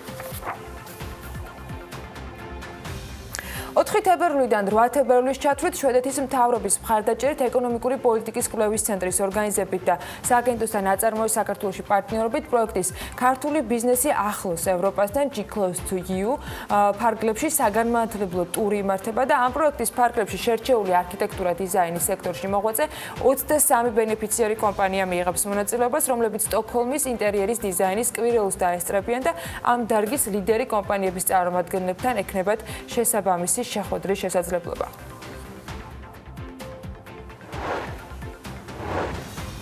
ახლა უკვე მარიამ ადამია და ლევან თაღიაშვილი ემზადებიან საქმიანი დილის ეთერში. თქვენთვის საინტერესო ამბების გასაზიარებლად პროფესიონალი ვიდეო გეიმერები თანამედროვე სამყაროს მილიონერები არიან და თავისთავად Forbes-ის რეიტინგებშიც ხვდებიან. რაც იმას ნიშნავს, რომ ისინი გაცილებით მეც გამოიმუშავებენ, ვიდრე მაგალითად პროფესიონალი სპორტსმენები, რომლებიც საშუალო წელიწადში $17 მილიონი შემოსავალს იღებენ. მათი ასაკი კი ხშირ შემთხვევაში 30-ს ვერ სდება. რაოდენობის თანხის გამომუშავება არის შესაძლებელი დღეს ვიდეო თამაშების გეიმერების საშუალებით, ვინ სახელდება Forbes-ის ყველაზე მაღალანაზღაურებადი მოთამაშეების რეიტინგში და როგორია მათი მომავალი. Forbes-ის მონაცემებზე დაყნობით მარიამ ადამია და ლევან თაღიაშვილი მოგვიყვებიან დეტალებს და აქვე გეტყვით იმ ინფორმაციას, რომელთაც დავიწყოთ პრინციპში საქმიანი დილის ეთერი. YouTube-ის შემოსავლები გახდა ცნობილი და 15 მილიარდი და კიდევ 15 მილიარდ 500 მილიონზე არის საუბარი. ეს 2019 წლის შემოსავლია რეკლამიდან მხოლოდ. შესაბამისად, ესეც ნაწილდება იმ ადამიანებზე, ვინც გარკვეულწილად არიან ვიდეო გეიმერების კატეგორიაში და მათზეც სხვათა შორის ეს თანხები. აი, როგორ ნაწილდება, ამას მარიამი და ლევანი გვეტყვიან დილამშვიდობისა. თანხები მართლა მასშტაბურია. Forbes-ის რეიტინგის ლიდერ პოზიციას კი ტეილორ ბლევინსი იკავებს 17 მილიონი დოლარის შემოსავლით წლიურად და როგორც მიხვდით, ის არაფერს განსაკუთრებულს არ აკეთებს, უბრალოდ ვიდეო თამაშებით არის დაკავებული და 24 საათის განმავლობაში შრომას სწორედ ამ მიმართულებით და შესაბამისად უფასდება კიდეც. თუმცა გარდა მაღალი შემოსავლისა, ეს საქმიანობა მის რეპუტაციას, გავლენასა და კონტაქტებსაც უზრუნველყოფს, ამიტომაც გეიმერობის მიღმა ინფლუენსერობაც შეითავსა და ხშირად შეხვდებით Red Bull-ის, Walmart-ის ან თუნდაც Adidas-ის რეკლამაში მას. ასევე ექსკლუზიური კონტრაქტი აქვს დადებული Microsoft-თან, რომელიც გულისხმობს live streaming-ების კუთხით თანამშრომლობას. დროთა განმავლობაში შესაბამისად ეს გავლენები და გულშემატკივრების რაოდენობა იზრდება და ამიტომაც ყოველდღიურად უფრო და უფრო მეტი ადამიანი ერთვება ვირტუალურ სივრცეში სათამაშოდ, მიზანი კი ზოგიერთი შემთხვევაში გართობა, თუმცა არც ფულის გამომუშავებაზე ამბობენ უარს. მარიამ, სწორედ გართობა იყო უპირველესი მიზანი ფელიქს კილბერგის შემთხვევაშიც, როდესაც ვიდეო თამაშების მიმართულებით დაიწყო საკუთარი შესაძლებლობების რეალიზაცია, მაგრამ მოგვიანებით ეს გართობა შემოსავლის სერიოზული წყარო გახდა, რომელიც 2019 წელს 15 მილიონ დოლარს გაუტოლდა. PewDiePie ეს არის ზედმეტსახელი, რომელთაც მას მთელი მსოფლიო იცნობს. ფელიქს კილბერგი მუდმივად ტოპ იუთუბერების სიაშია და 2019 წელს მის არხს 4.5 მილიარდი ნახვა ჰქონდა, რაც რამდენად რეკორდული მაჩვენებელია. არხის გამომწერების რაოდენობა კი 103 მილიონ ადამიანს გაუთანებდა. სამელშა პრესტონ არსმენტიც ალბათ არ გეცნობათ ეს სახელი და გვარი და არ დაგიმალოთ და მეც პირველად გავიგე, მაგრამ სამაგიეროდ კარგად იცნობს მას Forbes-ი და მის რეიტინგშიც დაასახელა შემოსავალი კი, რომელიც ვიდეო გეიმერმა 1 წლის განმავლობაში სწორედ რომ თამაშით უმეტესად კი Minecraft-ით გამოიმუშავა 14 მილიონი დოლარია, ასე რომ ყველაზე მაღალანაზღაურებადი გეიმერების სტატუსის გარდა ასევე იუთუბერების რეიტინგშიც მოწინავე პოზიციებს იკავებს. მარკ ფიშბახი 30 წლის გეიმერია ჰავაიდან, რომლის შემოსავლებიც 14 მილიონი დოლარი იყო გასულ წელს. ის განსაკუთრებული ემოციურობით გამოირჩევა და ძირითადად საშიშანი იუმორისტულ ვიდეო თამაშებს აკეთებს ხოლმე კომენტარს. პარალელურად მარკ ედვარდი მსახიობობას და იუმორისტობასაც უთავსებს საკუთარ პროფესიას. 2019 წელს მის არხს 12 მილიარდი ნახვა ჰქონდა, გამოწერების რაოდენობა კი 24 მილიონ 800.000 ადამიანია. 12.5 მილიონი დოლარის შემოსავლით მეხუთე პოზიციას მაიკლ გრეზისკი იკავებს, რომელიც კარიერის დასაწყისში ბევრ სხვადასხვა თამაშს თამაშობდა და ყველას როგორც ჩანს წარმატებით უმკლავდებოდა. ამ ფაქტმა კი განაპირობა ვიდეო თამაშების შემქმნელების დაინტერესება გეიმერის მიმართ და ეს ინტერესი დღემდეც არ ქრება.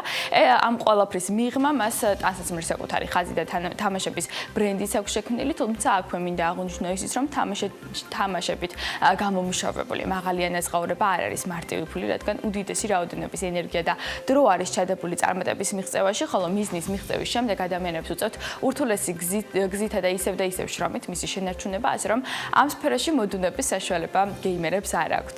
დენიელ მიდლტონის საყვარელი თამაში არის Minecraft-ი, რომელიც უნდა ვაღიარო ვერანაირად ვერ მივიტანე გულთან ახლოს, მაგრამ ფაქტია, რომ მას ასეულობით მილიონი ერთგული ფანი ყავს და რიცხვებით ამის გადამოწმება ძალიან მარტივია. Dan TDM-ის მიმდევრების რაოდენობა YouTube-დან 22 მილიონ 400.000 იყო 2019 წელს, შემოსავლები კი 12 მილიონ დოლარს აჭარბებდა. ის მხოლოდ 28 წლისაა და დიდ ბრიტანეთში ამჟამად დაბინავებული. დაწუნებული ვარ, აქედან ყველა გეიმერს იცნობ, მათ შორის Forbes-ის რეიტინგში მე-7 პოზიციაზე დასახელებული ევან ფონკს, მისი შემოსავალი წინამორბედებთან შედარებით ცოტა არის. 2019 წელს მან 11.5 მილიონი დოლარი შეადგინა. კომედიური ჟანრის მოთამაშე ჯამში 24 მილიონ 900.000 გამომწერს აერთიანებს YouTube-ზე, რომლებიც ყოველდღიურად ელოდებიან მის live stream-სა და თამაშს. მის შემთხვევაშიც წარმატება მხოლოდ შრომით გათანებული ღამეებითა და წესების დაცვით მოვიდა, ანუ გამოდის რომ თამაში არც ისე მარტივია, განსაკუთრებით კი მაშინ, როდესაც მას შემოსავალი და განსაკუთრებით მილიონები მოაქვს. თითქმის ბოლოში გავედით უკვე შონ მაკლახლინი მერვე ადგილს 11 მილიონი დოლარით იკავებს. ირლანდიის ყველაზე პოპულარული იუთუბერს რამდენიმე თამაში იტაცებს ერთდროულად და 23 მილიონ 200.000 გამომწერი ყავს. ზედმეტსახელად ჯექსეფთაისი არც ფილანტროპობას და ქველმოქმედებას უჩივის, ხშირად ეხმარება სხვადასხვა ფონდს და ადამიანების ჯანმრთელობა მისი ერთ-ერთი პრიორიტეტია, როგორც ამას ამბობენ სხვადასხვა ტაბლოიდები და ერთი შეხედვით ჩანს. და რეიტინგში ბოლო პოზიციებს ტიმოთი ბეტარი და ნიკ კოლჩეფი ასრულებენ 8 და 6 მილიონი $1 წელი შემოსავლით, მაგრამ ეს მათი კარიერის დარწმუნებული ვარ, მხოლოდ დასაწყისია. ვნახოთ, რას იზავენ გეიმერები 2020 წელს, თუმცა ფაქტია, რომ 2019 მათთვის საკმაოდ მომგებიანი და წარმატებული აღმოჩნდა. მე მგონი ის დროა რომ ჩვენც იუთუბერობა დავიწყოთ და ცადოთ დავიმართულებით, მაგრამ რა გითხრათ, თამაშის კომენტირებას რამდენად მოვახერხებთ ისეთივე წარმატებით, როგორც ამ რეიტინგში წარმოდგენილი ადამიანები არიან, ეგ არ ვიცი. თუმცა ძალიან წარმატებული და საინტერესო პროექტის შესახებ მოგიყვებით სულ ცოტა ხანში. მადლობა ლევანს და მარიამს. პიცად გასაღებულ ხაჭაპურის ამბავზე და ქართული სამზარეულოს ბრენდინგის საჭიროებაზე უნდა ვისაუბროთ საქმიანი დილის ეთერში სულ რამდენიმე წუთში. ანუკა ჯოხაძე შემოგვიერთდება სტუმრებთან ერთად და ამ ისტორიის უფრო მეტ და საინტერესო დეტალს გაგვიზიარებს. უმასპინძლობთ ლევან ქოქიაშვილს, გასტრონავტის რესტორატორს, ხელმძღვანელს და დალი ცატავა, საქართველოს გასტრონომიის ასოციაციის პრეზიდენტს და გასტრონომიული კულტურის მკვლევართან გვექნება შესაძლებლობა, რომ ამ ისტორიაზე და კიდევ არაერთ საინტერესო თემაზე დავსვათ კითხვები. დაგვალოდოთ, ძალიან მალე დაგიბრუნდებით.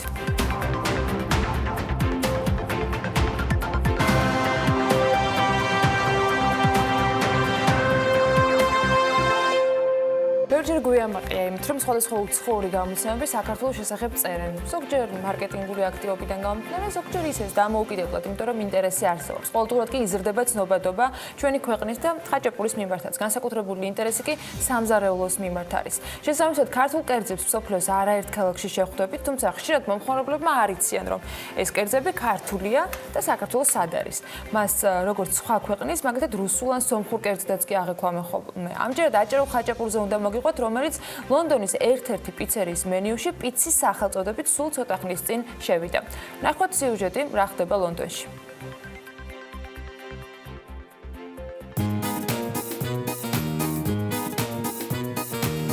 სოფლიოში პიცის არაერთი ვარიაცია არსებობს. ზოგს პეპერონი უყვარს, ზოგსაც მარგარიტა.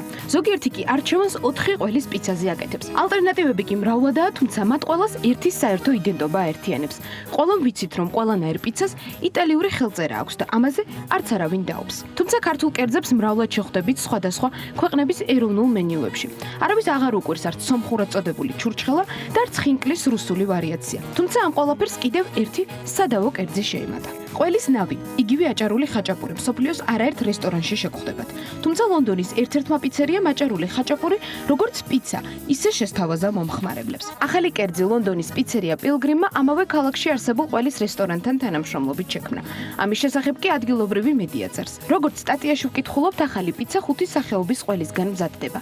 ავტორი ამბობს, რომ იტალიური და ბრიტანული ყველის ნაზავისგან დამზადებული პიცა, რომელიც ერთი შეხედვით აჭარული ხაჭაპურია, შეიცავს როგორც მოცარელას, ისე რიკოტასა და პარმეზანის ნაზავს.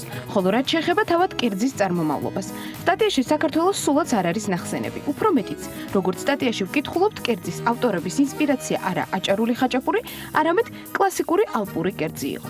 ორივე რესტორანმა მოღვაწეობა ლონდონის ქუჩის საკვებით დაიწყო და მალევე მოიპოვეს ადგილობრივებში პოპულარობა. დღეს კი მათი ერთობლივი პროდუქტი, რომელიც სინამდვილეში აჭარული ხაჭაპურია, ამ რესტორანში პიცის სახელწოდებით 12 ფუნტი ღირს. მოკლედ ეს არის ფაქტები, ხოლო რეალობა კი ის, რომ ისეთი პატარა ქვეყნის გასტრონომია, როგორც საქართველო, უკვე წლებია სადაოა. ამ საკითხზე კი ხან ჩვენს მეზობელ ქვეყნებთან, ხანაც სხვებთან დავობთ. ამის შემდეგ კი უკვე ვიწყებთ მტკიცებას, რომ ესა თუ ის კერძი ნამდვილად ჩვენი ხელწერის ქვეშაა. თუმცა თუ იმას გავითვალისწინებთ, თუ რა დიდი გავლენა აქვს გასტრონომიის ინდუსტრიას, ზოგადად ტურიზმზე, მივხვდებით, რომ ამ მიმართულებით მნიშვნელოვანი ნაბიჯები ნამდვილად გადასადგმელია. ეს სიუჟეტი ანუკა ჯოხაძემ მომზადა და საქმის დილის ეთერში სწორედ ის გვერდება, რომელიც ამ ერთგვარ პრობლემაზე, რომელიც საქართველოს გასტრონომიის ასოციაციას უკვე აქტიურად აქვს შესწავლილი და განხილულიც, ისაუბრებს სტუმრებთან ერთად ანუკა დილამშვიდობის და მოგესალმებით. სხვათა შორის, სანამ პილგრიმის პიცის ისტორია გაჟღერდებოდა, მანამდე აღნიშნულ პრობლემაზე თავად საქართველოს გასტრონომიის ასოციაციის დამფუძნებელი ლევან ქოქიაშვილი Forbes Georgia's პერსონალური ბლოგის მეშვეობით გვიყვებოდა. სტატიაში, რომელიც სულ რამდენიმე დღის წინ გამოქვეყნდა, ავტორი ამბობდა, რომ ქართული კერძები მითვისებული არაერთ ქვეყანას აქვს. ისეთ ქვეყნებს მაგალითად როგორიცაა რუსეთი და ამას განსაკუთრებულად საბჭოთა პერიოდის გავლენა ემატება. ასევე სომხეთ, სადაც რესტორნებში არსებულ მენიუებში ქართული კერძები როგორც ეროვნული მრავლად გვხვდება. თემას უკვე თავად სტატიის ავტორთან, ლევან ქოქიაშვილთან და საქართველოს გასტრონომიის ასოციაციის პრეზიდენტთან დალი ცატავასთან ერთად გავშლით, რომლებიც დღეს საქმიანი დილის სტუმრები არიან. დილა მშვიდობისა. ხაჭაპური მშვიდობისა. მადლობას გიხდით სტუმრობისთვის, ესეთ მნიშვნელოვან თემაზე ვისაუბროთ, რომ გამონახეთ დრო და ჩვენთან მოხვედით. გამოხმაურებისთვის ძალიან დიდი მადლობა. დიდი მადლობა. ლევან, მინდა უშუალოდ თემით დავიწყოთ, რასაც სიუჟეტი მივუძღვენით. როგორც ვიცი, უკვე გქონდათ კავშირი აღნიშნულ რესტორანთან, თვითონ ვებგვერდთან, სადაც განთავსდა სიუჟეტი. როგორ იყო უკვე კავშირი და შემდგომ უკვე პრობლემის აქტუალობაზე და სიმწოვეზე გადავიდეთ. მოკლედ, გათენდა გუშინდელი დილა, მეგობარმა Facebook-ში როგორც ხდება ხოლმე, ჩამივიდა რომ რა ხდება ხაჭაპურს გვართმევენო. ავდექით მოვილაპარაკეთ ერთმანეთში ქალბატონ დალისთან ერთად, ჩვენ გვყავს კიდევ მესამე პარტნიორი, თანადამფუძნებელი ნანა დოლიძე, მასთან ერთად რა უნდა გავაკეთებინა. როგორც იცით, ჩვენ 2 წლის განმავლობაში საერთოდ სპონტანურად ნანა დოლიძესთან ერთად გადავწყვეტეთ ამ ხაჭაპურის კვლევის დაწყება, შემდეგ რა თქმა უნდა ამ ყველაფრის ყველაზე კარგად მცოდნე ქალბატონი დალი ცატავა არის და შემოგვიერთდა ჩვენს მულტი ასე ვთქვათ ჯგუფს და უკვე გაიწყო განვითარება და ამ 2 წლის განმავლობაში ჩვენ ვაწარმოეთ ამ ხაჭაპურის მიმართულებით კვლევები. 27 თებერვალს თქვენს გეპატიჟებით აუცილებლად გამოგიგზავნით საქართველოს ეროვნულ ბიბლიოთეკაში, პარლამენტის ეროვნულ ბიბლიოთეკაში გვექნება წარდგენა, სადაც უკვე თამბელად საგარეიშვილი არის ამ ავტორი, ასე ვთქვათ მეცნიერი ამ საბოლოო კვლევის ნაწილის და იქ უკვე მთელი ნიკა ანთიძე და ასე შემდეგ ყველა სტრუქტურა გამოვა და ვისაუბრეთ ანუ რა მოხდა, როგორ გავაკეთეთ ეს კვლევა, საერთოდ საიდან მოდის ხაჭაპური, ანუ სადაც ჩვენ ასე ვთქვათ კვლევით დავაბოლოეთ. ამას იმიტომ ამახვილებ ყურადღებას, რომ როგორც კი ჩვენ ვიმსჯელეთ, ეს ქონდა ხელსაჩაჭიდი, რომ ჩვენ 2019 წლის 21 იანვარს უკვე არამატერიალური ეროვნული სტატუსი მიენიჭა ამ კვლევის საფუძველზე, რომელთაც ჩვენ შემდეგ საფრანგეთშიც გავემგზავრეთ და უკვე პოზიციონირებაც გავაკეთეთ, იმიტომ რომ იუნესკოს სჭირდება არა მხოლოდ რა ხდებოდა ადრე და როგორი იყო ჩვენი ხაჭაპური, არამედ რას ვაკეთებთ მისთვის ახლა. ანუ ეს უწყვეტი უნდა იყოს ეს ყველაფერი და ღვინოც მოგეხსენებათ მაგის გამო არის დადასტურებული. ეს ყველაფერი უწყვეტად უნდა მიმდინარეობდეს. თუმცა რამდენად გვაძლევს შესაძლებლობას კერძების მრავალფეროვნება, იმიტომ რომ ძალიან მდიდარია ქართული სამზარეულო მოგეხსენებათ და რამდენად გვაძლევს შესაძლებლობას, რომ ყველა კერძი, ასე ვთქვათ, გქონდეს დაპატენტებული ან თუნდაც დაცული, რომ ნამდვილად ჩვენია. როგორ შეიძლება მოხერხდეს ამდენი კერძის ფინანსებთან არის დაკავშირებული, ამას ქალბატონი დალი ვისაუბრებს უფრო როგორ უნდა მოხდეს, მაგრამ ჩვენ აი 2 წლის განმავლობაში ჩვენი რესურსებით ამ კვლევაში 45000 ლარი გვაქვს დახარჯული. და ეს არის ზღვაში წვეთი, ანუ იმიტომ რომ კიდევ იმდენია გასაკეთებელი და იმდენ პროდუქტებზე ეს რომ არ არსებობს, არ ვიცი რომ ანუ რაღაც მოხდეს ამაზე ზრუნვა, იმიტომ რომ ჩვენ რაც პოპულარული ხდებით და ქვეყანა ტურიზმში დებს თანხას, ხო ერთ-ერთი პრიორიტეტული არის გასტრონომია. ხო, ამას იგებს ძალიან ბევრი ქვეყანა და ჩამოდის შემდეგ და ანუ ცნობადი ხდება მოკლედ საქართველოს და მისი პროდუქტები საინტერესო ხდება ახლა. შეყვარებულები ვართ, ვერანაირად ვერ შეგვაჩვევს სხვა კერძებს, ანუ იმდენად გემრიელი კერძები გვაქვს და ფაქტიურად აი 30 კერძამდე აქვს აქ-პატენტს კვების პროდუქტი დარეგისტრირებული, ალბათ ცოტა მეტია ნაკლები, ახლა არ შემეშალოს, მაგრამ ძალიან ბევრია გასაკეთებელი ამ მიმართულებით. ქალბატონ დალი, თქვენ გითხავთ უფრო კვლევის ნაწილზე, უფრო მეტ დეტალს, როგორანაირად რას გეგმავთ, ზუსტად თუნდაც იმ ნაწილზე, რომ ანუ მრავალფეროვანია სამზარეულო და რამდენად არის შესაძლებელი, რომ ყველა კერძი იყოს დაპატენტებული და ყველას ქონდეს, ასე ვთქვათ, ეს ნიშანი, რომ ნამდვილად ქართულია. ჩემთვის ეს არის ძალიან საყვარელი, ახლობელი და ამავე დროს მტკივნეული თემა. და თუნდაც სტატიის ავტორებს გუშინ მიუთითე ლინკი, რომ 2017 წელს გამოქვეყნდა ჩემი კვლევა და ინგლისურენოვანი სამეცნიერო პოპულარული სტატია დევს ინტერნეტ სივრცეში ქართული გულსართიანები. გულსართიანებს მიეკუთვნება ხაჭაპური, თუმცა მის ქუდქვეშ ლაგდება ყველაფერი, რაც ომშიც ჩვენ გულსართს ვდებთ. ამის მრავალფეროვნება გვაქვს. მე შემიძლია ნებისმიერი ქვეყნის სამზარეულოსთან თავაწეულმა და თამამად ვისაუბრო, თუ როგორი მრავალფეროვანი და საინტერესოა, თუნდაც ეს მიმართულება ჩვენს გასტრონომიულ კულტურაში. და როდესაც ჩვენ ეს კვლევა დავიწყეთ, ამ ჩემი მცირედი კვლევიდან გამომდინარე, რასაკვირველია, აღფრთოვანებული ვიყავი. ძალიან დიდხანს ვიმუშავეთ მულტიდისციპლინარულ სამეცნიერო ჯგუფთან, უამრავი მეცნიერი იყო ჩართული და ვიწყება ანტიკური ეპოქიდან, ანუ საიდან მოდის ძირძველი კოლხური ცივილიზაციიდან დღევანდელ დღემდე განვლილი მისი გზა და თუნდაც აი იმ პრობლემას რომ მივაქციოთ ყურადღება გუშინაც ვურჩიე რომ წაეკითხადი გაკვირით მაგრამ მაინც მაგ მოხსენიებული რომ თუნდაც აი ეს ფორმა რომელიც სტრაბონსაც აქვს მოაზრებული რომ ლაზები იყვნენ საუკეთესო მეზღვაურები ნაოსნები უпростоრად და ლაზური ნავიც კი ანალოგიც არა აქვს მთელ დედამიწაზე ერთადერთი ადამიანი დარჩა ქობულეთში რომელსაც ბაბუამ ასწავლა და ციმციმ გადაყავთ ხელით რომ ვიღაცას ასწავლოს და თუნდაც აი თან ახლა იცით რა არის როდესაც ასეთი პრეტენზია გაქვს და პოპულარული ხარ და ვაუ და გამოგაქვს საქვეყნოდ ცოტა რაღაცა უნდა მის ისტორიასაც შეიძლება იცოდა კიდევაც მაგრამ მე ვთვლი რომ ყველაფერი რაც ხდება რომ კარგი რაღაცა მოხდეს და ჩვენი ხაჭაპური უფრო პოპულარული გახდა და თუნდაც ის რომ შეცვალეს ის შინაარსი და რომ ეს საქართველოა რომ საჭარული ხაჭაპურია ეს უკვე ძალიან კარგია ასე ვთქვათ კარგი მხარეც რომ დავინახოთ იქნება ეს იმის პრობლემა რომ ნაკლებად ხდება უშუალოდ პიარი და ასე ვთქვათ მარკეტინგი და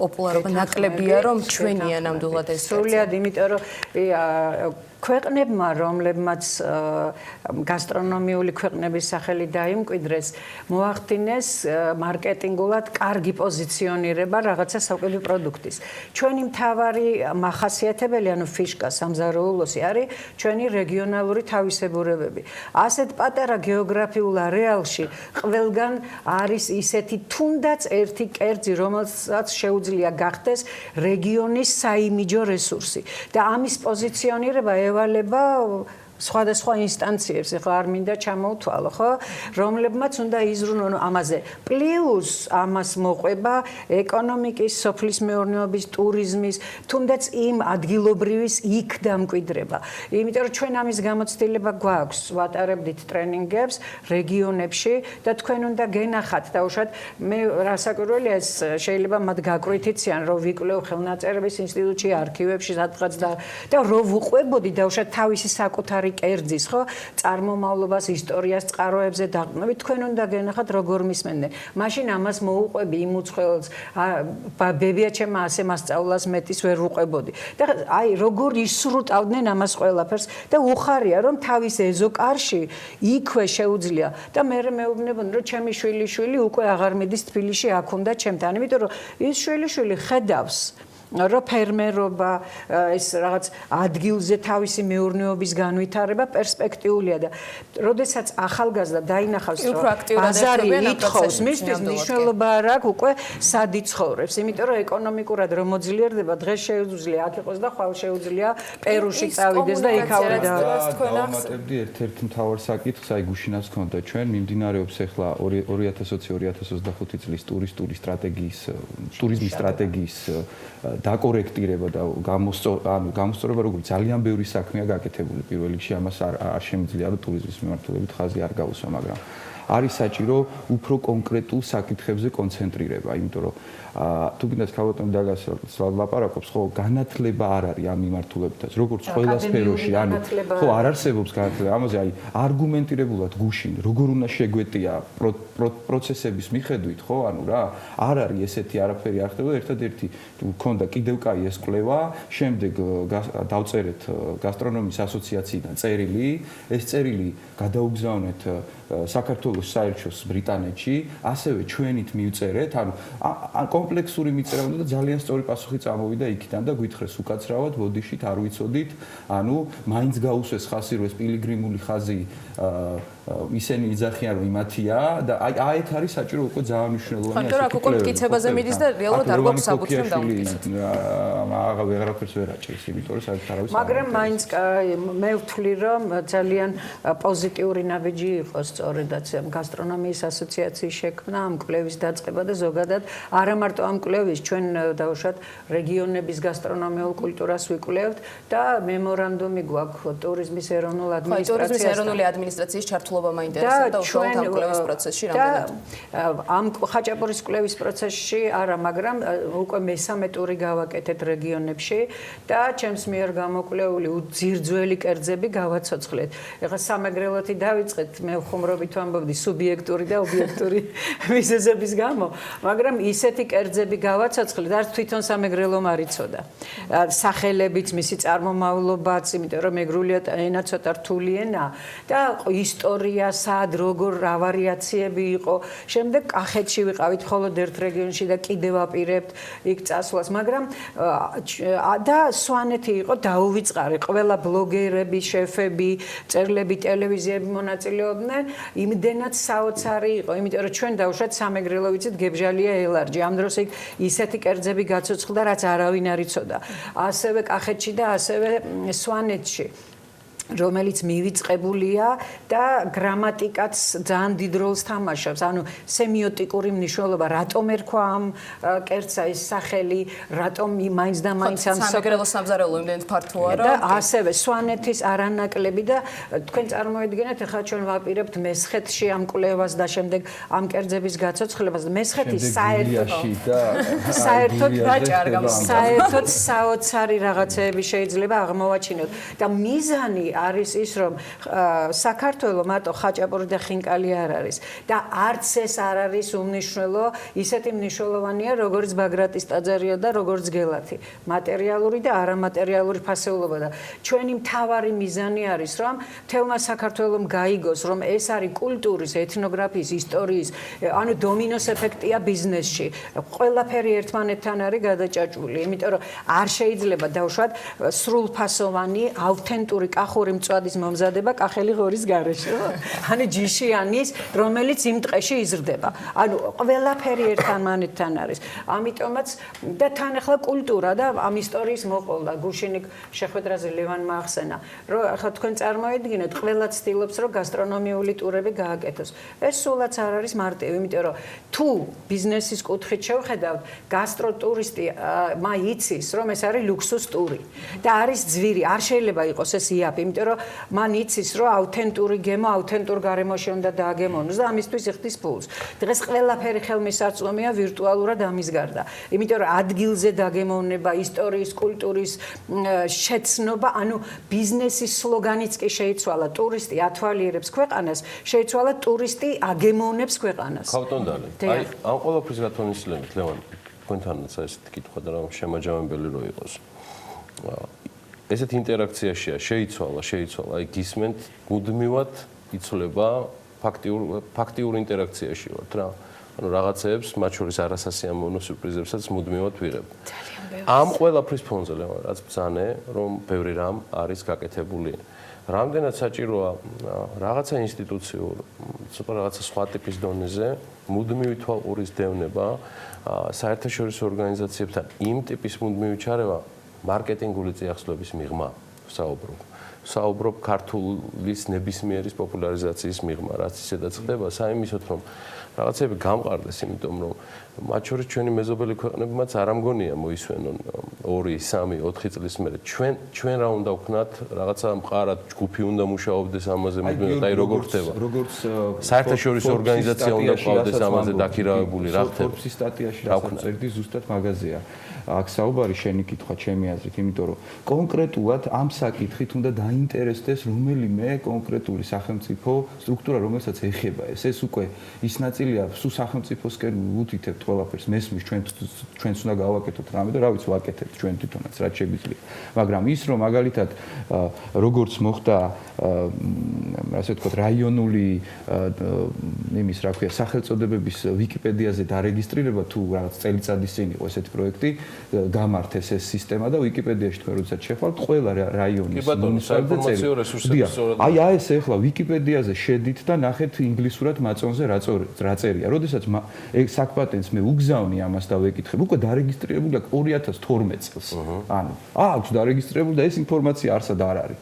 ანუ შესაქმნელია რაღაცა ჯგუფი, რომელიც აი კონკრეტულ საკითხებზე იმუშავებს, მოხდება კვლევა, ჩამოწერა, რა არის რა პროდუქტებისგან შედგება. მე შემდეგ ეს ტურიზმის დეპარტამენტსაც გაუადვილდება ამის პრომოუშენი. თუ ატყობთ BBC-ზე, ხო, ანუ რაც დაიწერა სტატია, იქ ხაჭაპური და ხინკალი წერია. აღარ ყოფნის, მაგასაც ყავლი გაუვა, იმიტომ რომ წელიწადში შეიძლება იმდენი CNN-ი მივიღოთ და BBC, იმიტომ რომ ამაზე შრომა და რესურსია დახარჯული, რაც ძალიან კარგია, მაგრამ ქაუტონდალი იმის იქით რა გავაკეთოთ, გულისხმობ რა უნდა ჩაერთოს. ეგ მალე საკმარისი აღარ იქნება, იმიტომ რომ ჩამოდიან ადამიანები beautiful country მეორე სიტყვას რაც ამბობენ food and drink. ამას ვერ ვშვებთ. პირველი, რასაც მე ვიტყოდი, ჩემი და მე მგონი ჩვენი სატკივარი ეგ არის, რომ ხარისხიანი პროდუქტი. იმიტომ რომ თქვენ წარმოიდგინეთ ახლა დავუშვათ ჩვენ წერთ სტატიას, ავტეხეთ აჟიოტაჟი ხაჭაპურზე, ვიღაცა მიდის აჭარაში, ყიდულობს ამ ტურს, მიიყავთ და იქ გაურკვეველი წარმომავლობის ყველი. ახლა ვინც ამ ტურს ყიდულობს, ყველა მიცის როგორი უნდა იყოს ყველი, ხო? ზოგადად, არა? იგივე ცომის თემა, იგივე ხაჭაპურის ფესტივალი ჩატარდა, ხო? შარშან ზუგდიდში და მეგრულ ხაჭაპურზე იქვე საჯაროდ ვისაც მიყავდა მკითხა რომ როგორ მოგწონ მე ვთხარი არ მომწონს არც ერთი იმიტომ რომ თუ ავთენტურია მეგრული ხაჭაპური რძით უნდა იზილებოდეს წყალს არ გააკარებდა მეგრელი და უნდა იყოს ბუთქუჩა და ორყველიანი შიგნით ჭყინდი ზემოდან სულგუნი ასეთი პრინციპები აქვს აჭარულს ხო ანუ ეს ადამიანი ყიდულობს მოდის მიდის და იქ რას ხედავს ყველის პრობლემა რძის პრობლემა იგივე ხორცის პრობლემა და პლუს მე ძალიან წუხვარ მაგრამ სერვისის და ჰიგიენის პრობლემა. ყველა ეს კომპლექსური თემაა. ამიტომაც ამაზე ყველა ინსტანციამ ერთად უნდა იფიქროს. არ ვიცი ხა კონკრეტულად ვერ და თუ გინდათ USAID-ის ზრდაზეც რო ვილაპარაკოთ ქალბატონი დალი აუცილებლად დიდი მადლობა მათ ხო ანუ იმიტომ რომ იქ ეხლაც ხო წინა წელს ფესტივალზე მოხდა ის რომ ეს ადამიანები ვინც იყვნენ იქ მთელი საქართველოდან მათ რაღაც ხარისხის გათვალისწინება მოუწევთ შემდეგ წელს. ძალიან მნიშვნელოვანია ესეთ ფესტივალების ჩატარება, რომ იქ უკვე ხდება, რომ ხო იცით, ანუ ყველას ჩვენი გონია, ჩემი მგონია ყველაზე მაგარი და კარგი და წარმოდეთ ხაჭაპურზე იქ რა ხდებოდა და მადლობა USAID-ს დასრო აი ესეთ პროექტებს 15 კილომეტრით აი რუხში ატარებს აი ესეთი ძალიან მნიშვნელოვანი არის 1000 ძალიან კარგი შეკითხვა გიორგი თქვენი მხრიდან, იმიტომ რომ იცით არ კიდევ ერთი რასაც მე უყურებ აი ზოგადად გლობალურ ყველაზე მნიშვნელოვანი არის ზოგადად სოფლიო გასტრონომიულ ფესტივალებში მონაწილეობა. თუნდაც აი მე ვაკვირდები ხა მაინც მასწავლებელი რო ვარ, ყოველთვის ახალგაზრდა თაობა იცვლება და როგორ იცვლება გენერაციები ასე ტრანსპარენტ ხედავ. და რო უყურებდი შეფებს ბოკუს დორის მერე თვითონ მოითხოვეს ჩემი ლექციები. და ერთი 5 წუთის მერე ისტერიულად იწერდნენ ზოგი ტელეფონით, ზოგი რაღაც შეკითხვები წამოვიდა, ყველაფერი აინტერესებდა და რატო? იმიტომ რომ აი ამ ცხონებულ ბოკუზის დატოვებული აქვს 10 მცნება. და პირველი და რაც მთავარია, ჩემთვის იყო საოცარი ფილოსოფია, რომ გახსოვდეს რომ უნდა წარადგინოს შენი სამშობლო. და კიდევ იქ ბევრი ისეთ საინტერესო რაღაცებია და ითვლის იმ რაღაც ნარჩენებსაც, რაც უფრო მცირეა, მით უფრო მაღალი გაქვს. ახალი თემის ინსპირაციას აკეთებს. გახსოვდეს რომ შემდეგი ბლოკი უნდა წარადგინო. მადლობა. ვიცი რომ კერძო დონეზე საზოგადოებრივ სრულად საზოგადოებრივ საწყისებზე და ენთუზიაზმზე გასტრონავტიკა არის ძალიან სერიოზული პატრიოტების და გულხურვალი ადამიანების ხელში. მე მინდა ლევანს მადლობა უთხრა მობრძანებისთვის და იმ თანამშრომლობისთვის, რასაც ის Forbes-თან და BMG-სთან ახერხებს გასტრონავტის რესტავრატორს და ხელმძღვანელს და უღრმესი მადლობა ქალბატონ დალიცატავას ძალიან საინტერესო საუბრისთვის. იგი საქართველოს გასტრონომიის ასოციაციის პრეზიდენტია, ამ კულტურის მკვლევარია, ვინც აქამდე არ იცნობდით თუ კიდევ ესეთი დარჩით. სულ რამდენიმე წუთში მათი ინტერვიუ იქნება BMG-ზე უკვე ვიდეოს სახით. ერთგვარად ამ თემას გავაგრძელებთ, ოღონდ ცოტა უფრო ფართო კუთხით, რეკლამის შემდეგ ვისაუბრებთ პროფესიულ განათლებაზე, ბაზრის მოთხოვნებზე და sapasukho შეთავაზებებზე. განათლების მინისტრის მოადგილე თამარ ქიტიაშვილი შემოგვიერთება სტუდიაში და ვისაუბრებთ იმ გეგმაზე, რომელიც ამ უწყებას წელს აქვს ამ მიმართულებით რეფორმირების კუთხით. ძალიან საინტერესო საუბარი გველოდება დაგვალოთ.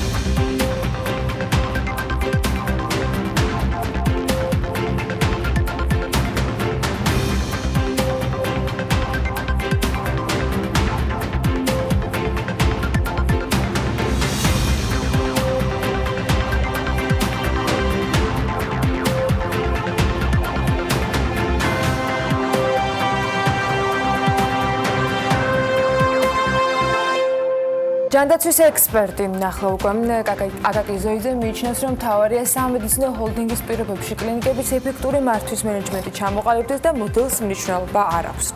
2019 წელს ხორბლის და მესლინის იმპორტი 8.5%-ით არის შემცირებული. იმპორტირებული საქონლის ღირებულებამ ჯამში 105 მილიონ 100,000 დოლარი შეადგინა.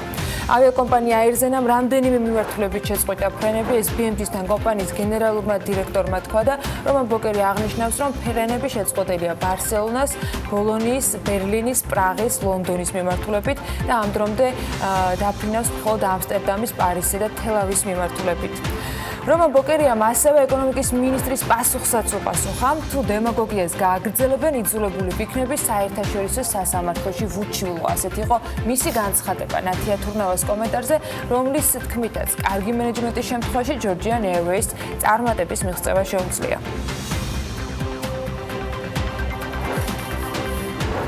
ჯანდაცვის სამინისტროში ახლად შექმნილი უწყების ხელმძღვანელის წარდგენის შემდეგ გაკეთებულ განცხადებებს მოყოლილი სიტყვა პასუხით, რაც საპარტნიორო ფონდსა და მინისტრს შორის შედგა, BMG-მ გადაწყვიტა კიდევ ერთხელ მოეკითხა, რატომ ვერ მოხერხდა ინვესტორების პოვნა სახელმწიფო კლინიკებისათვის. კლინიკების მართვის კომპანიის დირექტორი ამბობს, რომ 2 წლის განმავლობაში მას შემდეგ, რაც მათ კლინიკები სამართავად გადაეცათ, მოლაპარაკება არაერთ უცხოელ ინვესტორთან ჰქონდათ, მათ შორის ინვესტორებთან ინგლისიდან, ისრაელიდან, თურქეთიდან და საბოლოოდ ყველაზე კონკრეტული შედეგი ჰქონდათ შეერთებული შტატების შემთხვევაში უმსხვილესი სამედიცინო სერვისების მომწოდებელ კომპანია სტიუარტთან, რომელიც მზად იყო, რომ იჯარით აეღო კლინიკები 30 წლის განმავლობაში და 50 მილიონი დოლარის ინვესტიცია განახორციელებინა.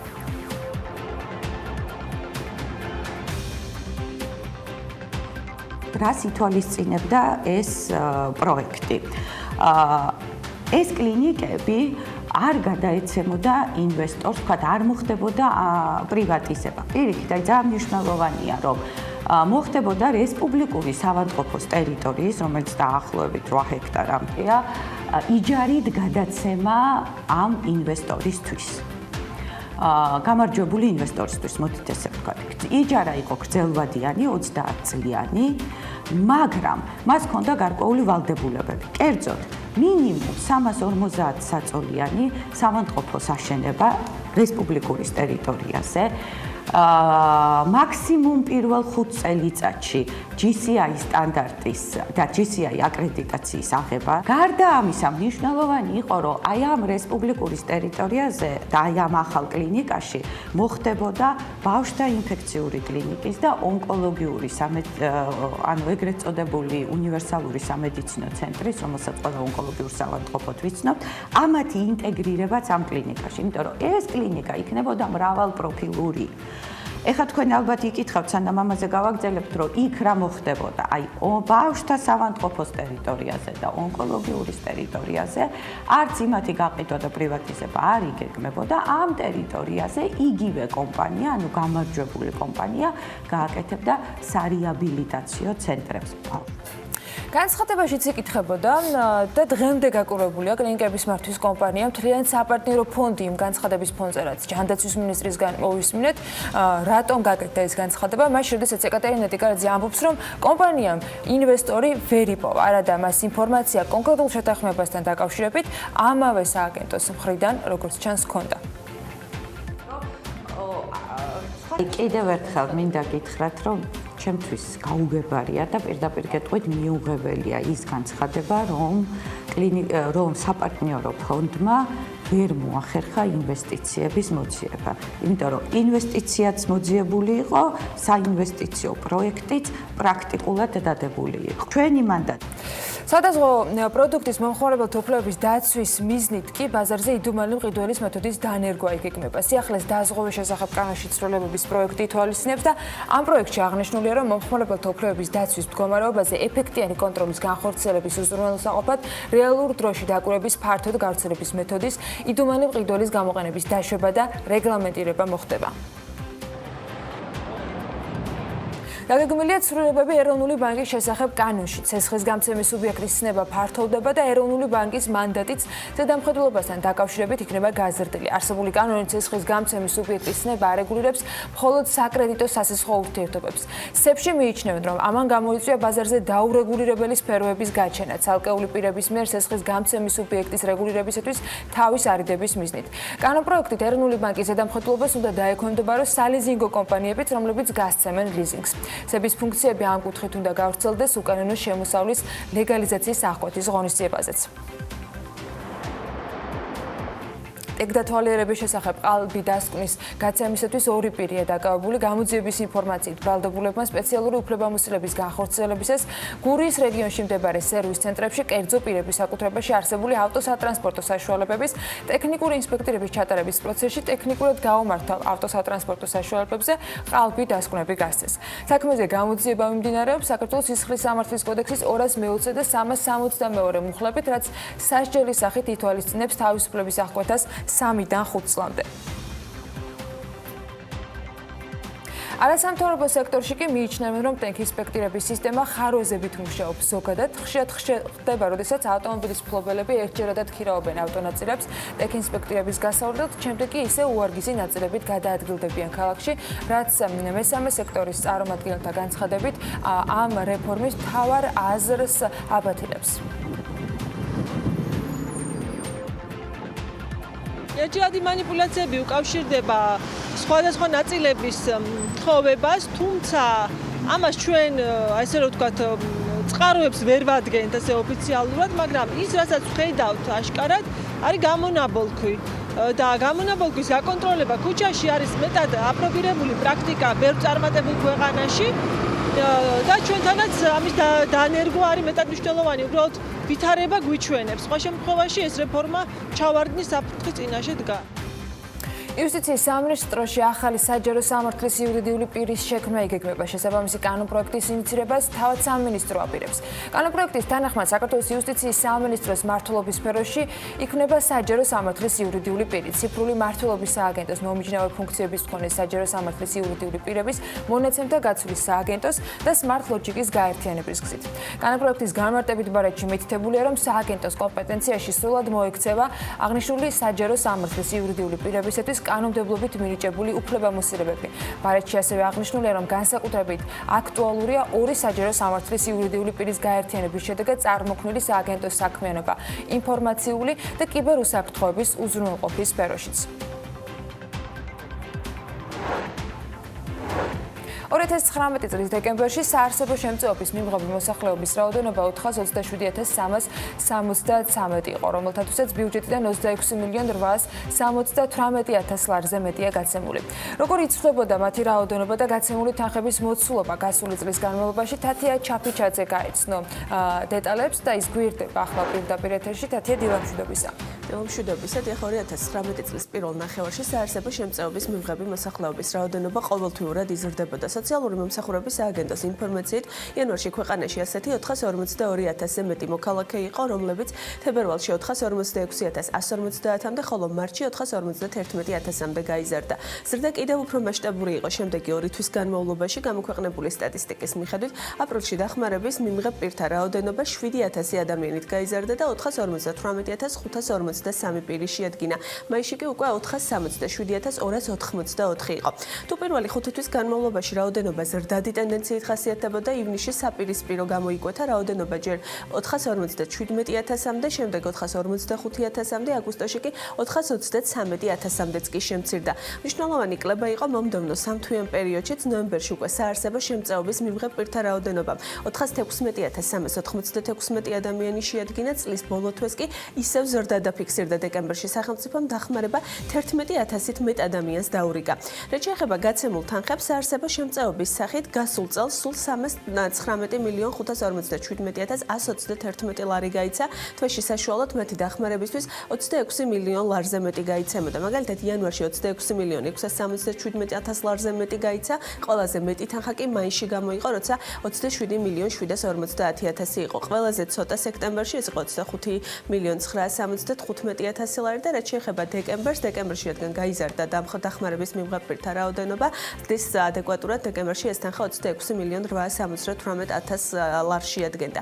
რაც შეეხება საარსების შემწეობის მიღებთა განაწილებას ასაკობრივი ჯგუფების მიხედვით, ყველაზე მეტად საქართველოში დახმარებას 6-დან 18 წლამდე და 40-დან 60 წლამდე ასაკობრივ ჯგუფებში შემავალი პირები საჭიროებენ 2019 წლის დეკემბრის მონაცემებით 427,373 მოქალაქედან 103,913 6-დან 18 წლამდე ასაკობრივი ჯგუფის წარმომადგენელი 0-დან 6 წლამდე ასაკის 46,300 ხოლო 87,416 40-60 წლის ასაკობრივ ჯგუფში იყო. რატომ შემცირდა რაოდენობა წლის მეორე ნახევარში ჩვენ მკითხვით გუშინ სოციალური მომსახურების სააგენტოს მიმართეთ, როგორც გვიან ღამით მინისტრის მოადგილემ გიორგი წოწკოლაურმა ჩვენთან საუბრისას განმარტა, კლება 4 წელიწადში ერთხელ კანონის შესაბამისად გაწერილმა გადამოწმებების საჭიროებამ განაპირობა. წოწკოლაური ირწმუნება, რომ თვიურად 10-16,000 ადამიანის გადამოწმებასაც ასწრებენ და ამ პერიოდში საუბარია 2 თვიან ვადაზე ეს ადამიანები დახმარებებს ვერ იღებენ. მადლობა თათია, სრული ინფორმაციისათვის და ამ რიცხვების ანალიზისათვის ჩვენ უკვე შემდეგ სტუმარს უნდა ვუმესმინძლოთ საქმიანი დილის ეთერში განათლების სამინისტრო პროფესიული განათლების მასწავლებლების პროფესიული განვითარების ახალი მოდელის შექმნაზე მუშაობს, რომელიც 2020 წლის ბოლოს უნდა დაენერგოს. ამ წლიდან გადაიხედა პროფესიული განათლების მასწავლებლის საათობრივი ანაზღაურება და ცვლილებებს კიდევ ბევრი მიმართულებით ველოდებით. ზოგადად 2013 წლიდან დღემდე სახელმწიფომ პროფგანათლების განვითარებისათვის დაახლოებით 300 მილიონი ლარი გამოყო. განათლების სისტემის რეფორმირებისას ამ პერიოდში ექსპერტებმა რეფორმის 10 პაკეტი მოამზადეს, რომელიც ყველა მიმართულებას მოიცავდა. რეფორმა 4 წელი გაგრძელდება და მისი მიზანი არის, რომ საქართველოს კავკასიის რეგიონში საგანმანათლებლო ცენტრის სტატუსი ჰქონდეს.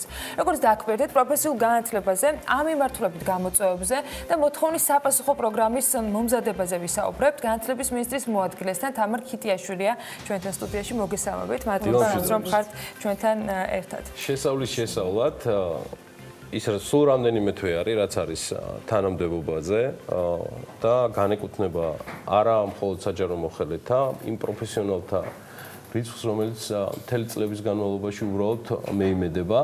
მეიმედება იქიდან გამომდინარე, რომ მე არ მინახავს პოზიცია, რაზეც თამარ ქიტიაშვილი არ ყოფილიყოს წარმატებული და შემდგარი პროფესიონალი.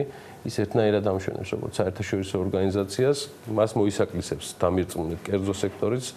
დღეს ახალი გამოწვევები აქვს საჯარო სექტორში, ძალიან მნიშვნელოვანი და ვიცი, რომ აქაც გაუმართლებს. ჩვენ კი ვაგრძელებთ ჩვენთვის უმნიშვნელოვანესი მიმართულების განათლების მხარდაჭერას და განათლებაში ჩვენთვის გამოკვეთილად მნიშვნელოვანი და პრიორიტეტული თემის, რასაც ქვია პროფესიული განათლების გულმხურვალე მხარდაჭერას, მით უმეტეს ამის მიზეზები იმედია მოგვემატება და მოგვემატება. მე მას და განათლების სამინისტროს მთელ გუნდს წარმატებებს ვუსურვებ პირადად და მთელი BMG-ის სახელით. დიდი მადლობა გიორგი. რას დაეთყო ხელი თქვენი სამინისტროდან მოსვლის შემდეგ, მოდი რეალურად მართლა რამდენიმე თვე არის, რაც გასულია და შეიძლება თუ არა ერთგვარად შეჯამება თქვენი საჯარო სექტორში მოსვლისა, საკუთარი თავის შეფასება არ არის მთლად მადლიანი საქმე, უფრო უმადურობისკენ იქნება, მაგრამ მოდი ვთქვათ გეგმა ამ ყველაფრიდან გამომდინარე და ეხლა სად ვიმყოფებით ამ ხმის თავზე. თავს როგორ გზნობთ საჯარო სექტორში, ეგეც მაინტერესებს. კარგად. კარგად, ხო? კარგად, კი. შემართულად. შემართულად. კი ბატონო. დიდი მადლობა პირველ რიგში მოწვევისთვის. ჩვენთვის ძალიან მნიშვნელოვანია ნებისმიერი შესაძლებლობა საზოგადოებასთან ურთიერთობისთვის. მოგეხსენებათ, რომ მე ამ პროცესების ნაწილი 2013 წლიდან ვიყავი, როდესაც კი სტრატეგიის განხორციელება დაიწყო. აქედან გამომდინარე, ვერ ვიტყვი, რომ თქვათ ახლა შევაბიჯე და ჩავერთე, ამიტომ მთელი გუნდის წარმატებას მივაწერ იმას, რაც დღეს გვაქვს. რითიც მოვედით დღემდე და 2020 იქნება ასე ვთქვათ გარდამტეხი წელი, ვინაიდან ეს არის ბოლო წელი იმ სტრატეგიის, რომელიც სრულდება 2013 წლიდან 13-20 წლის იყო ეს სტრატეგია და ასე ვთქვათ ხიდი შემდეგი სტრატეგიისთვის, რომელიც 21-25 წლების იქნება და წელს უნდა შემუშავდეს. ამიტომ წელს ძალიან ბევრი საკითხი სხვაგვარად არის გასააზრებელი და ძალიან ბევრი სიახლე გვექნება, ვიცი დრო ცოტა გვაქვს, ამიტომ შევეცდები, რომ ძალიან სწრაფად გესაუბროთ. პირველ რიგში იმით დავიწყებ, რომ ჩვენ ბევრად უფრო ჩვენი ასე ვთქვათ შეთავაზებული სერვისები ბაზარზე, როგორც მოქალაქეებისთვის, ასევე ბიზნესისთვის, იქნება ბევრად უფრო მიზნობრივი, წლევანდელი წლიდან, იმიტომ რომ შარშან ჩვენ დავიწყეთ მომზადება-გადამზადების პროგრამები. ეს არის მოკლევადიანი პროგრამები და რომელიც ძირითადად ზრდასრულების კვალიფიკაციის ამაღლებას ან ახალი უნარების შეძენას ისახავს მიზნად და რა არის ყველაზე კარგი ამაში. აქამდე ჩვენ გქონდა ერთი ტიპის სერვისი, მხოლოდ ერთი ტიპის პროგრამები, თქვა წელიწადნახევრიდან 2 წლამდე საშუალოდ. პროგრამები, რომლებიც ყველასთვის იყო, როგორც ახალგაზრდებისთვის, ასევე ზრდასრულებისთვის, უბრალოდ სხვა შესაძლებლობა არ არსებობდა ფორმალურ განათლებაში. არაფორმალური განათლება თავისი გზით ყოველთვის მიდიოდა და შეიძლება ითქვას, არ იყო ესე მიზნობრივად იდენტიფიცირებული. შეიძლება ითქვას, რომ იყო ერთი სერვისი, რომლითაც სარგებლობდა ყველა. ამიტომ შესაბამისად ვიღაცისთვის იყო, შესაბამისი ვიღაცისთვის არ იყო, ამიტომ გადინებაც იყო საკმაოდ დიდი და ნიშანდობლივი, იმიტომ რომ ვიღაცა მოდიოდა და თავის თავს ვერ პოულობდა იქ და სწრაფად ვეტოვებდა სისტემას და ფაქტობრივად ვერც უფროსები, ზრდასრულები ვერ კმაყოფილებდებოდნენ ბოლომდე იმ შეთავაზებული განათლებით, მათზე რადგანაც არ იყო მორგებული და უფრო ახალგაზრდებზე იყო და ახალგაზრდებსაც დისკომფორტი ჰქონდათ იმის გამო, რომ თქვათ ასეთი მიზნობრივი სერვისები არ იყო მათთვის და მათ სასაკობრივ კატეგორიაზე მორგებული. ახლა შეიძლება ჩვენ ვთქვათ, რომ ეს ვთქვათ ორი ტიპის შეთავაზება გვაქვს სისტემაში. ერთი არის ახალგაზრდებისთვის, რომელიც სასკოლო, ასე ვთქვათ, სივრციდან გამოსული მოზარდებისთვის არის უფრო მეტად შესაბამისი და მათ საჭიროებებზე მორგებული. აქ არის საკვანძო კომპეტენციები, მეწარმეობის კომპეტენციაზე დიდი აქცენტი და უფრო რაღაცა სოციალური პაკეტებიც იქნება შეთავაზებული, ვთქვათ, იქნება ტრანსპორტირება, საერთო საცხოვრებელი, მუშაობის იმაზე იყო და უბრალოდ ხდება ამის, ვთქვათ, სრულყოფა პაკეტები. დიახ, აქამდე ვერ ხდებოდა ამის შეთავაზება, იმიტომ რომ ძალიან დიდი იყო ის კოჰორტა, რომელიც ძალიან მრავალფეროვანი იყო და ყველა საჭიროებებს სისტემა ვერ ერგებოდა მარტივად რომ ვთქვათ. ახლა იქნება მათთვის ეს სალკე, ეს გზა და ზრდასრულებისთვის იქნება სწორედ ეს მოკლევადიანი პროგრამები, რომელიც ვთქვათ დაახლოებით 2 თვიდან 1 წლამდე პროგრამას შესთავაზებს და დასრულდება, ეს ძალიან მნიშვნელოვანია, დასრულდება სახელმწიფოს მიერ აღიარებული სერტიფიკატით. ანუ ფორმალიზება მოხდა მომზადება-გადამზადების და მხოლოდ ამ პროგრამებზე უფლებას მოიპოვებს ნებისმიერი იურიდიული პირი, ბიზნესიც მათ შორის, ანუ კომპანიებს შეუძლიათ თავისი მომზადების და გადამზადების პროგრამები შესთავაზონ, თუნდაც კომერციალიზებული და პრიორიტეტების ფარგლებში სახელმწიფო დააფინანსებს ამ მიმართულებასაც და ეს ყველაფერი იქნება წინასწარ, ასე ვთქვათ, მოკვლეული იმ პროფესიებისა და იმ, ასე ვთქვათ, დარგების ჭრილში, რომელსაც რაღაც გარკვეული დამატებითი ღირებულება შეიძლება ზუსტად ამოკლევის ნაწილზე მინდა ვიკითხო, რაც არ უნდა გვეცადა ამ წლების განმავლობაში რეალურად ბაზარზე მოთხოვნა რა მიმართ, ანუ ზუსტი რიცხვები შეიძლება არ იყოს, მაგრამ აი პროცენტული წილობრიობით მაინც, რომ ვთქვათ, აი რაღაცა შემდუღებლის შემთხვევაში რაღაც სხვა მიმართულებით ასეთი არის თავისუფალი, ვთქვათ, ნიშა, სადაც დასაქმების, ვთქვათ, არეალი არსებობს, მაგრამ არ არიან შესაბამისი კადრები და ასე შემდეგ არ არსებობდა, მიუხედავად იმისა, რომ ჯანდაცვის სამინისტრო და შესაბამისი, ვთქვათ, დაქვემდებარებული უწყება ამისთვის აგროვებდა მონაცემებს, მიუთითებდა ადამიანებს, რომ დარეგისტრირებულ, ანუ ბევრი კომპონენტი არსებობდა, შეთავაზებები. ეს ბაზა ამ წლების განმავლობაში შეიქმნა, რაღაცა სურათი გვაქვს დღეს, მოთხოვნა და მიწოდება დაახლოებით რა აცდენაში ერთმანეთთან? ანუ რეალურად ჩვენ გვაქვს ორი ტიპის წყარო გასაანალიზებელი.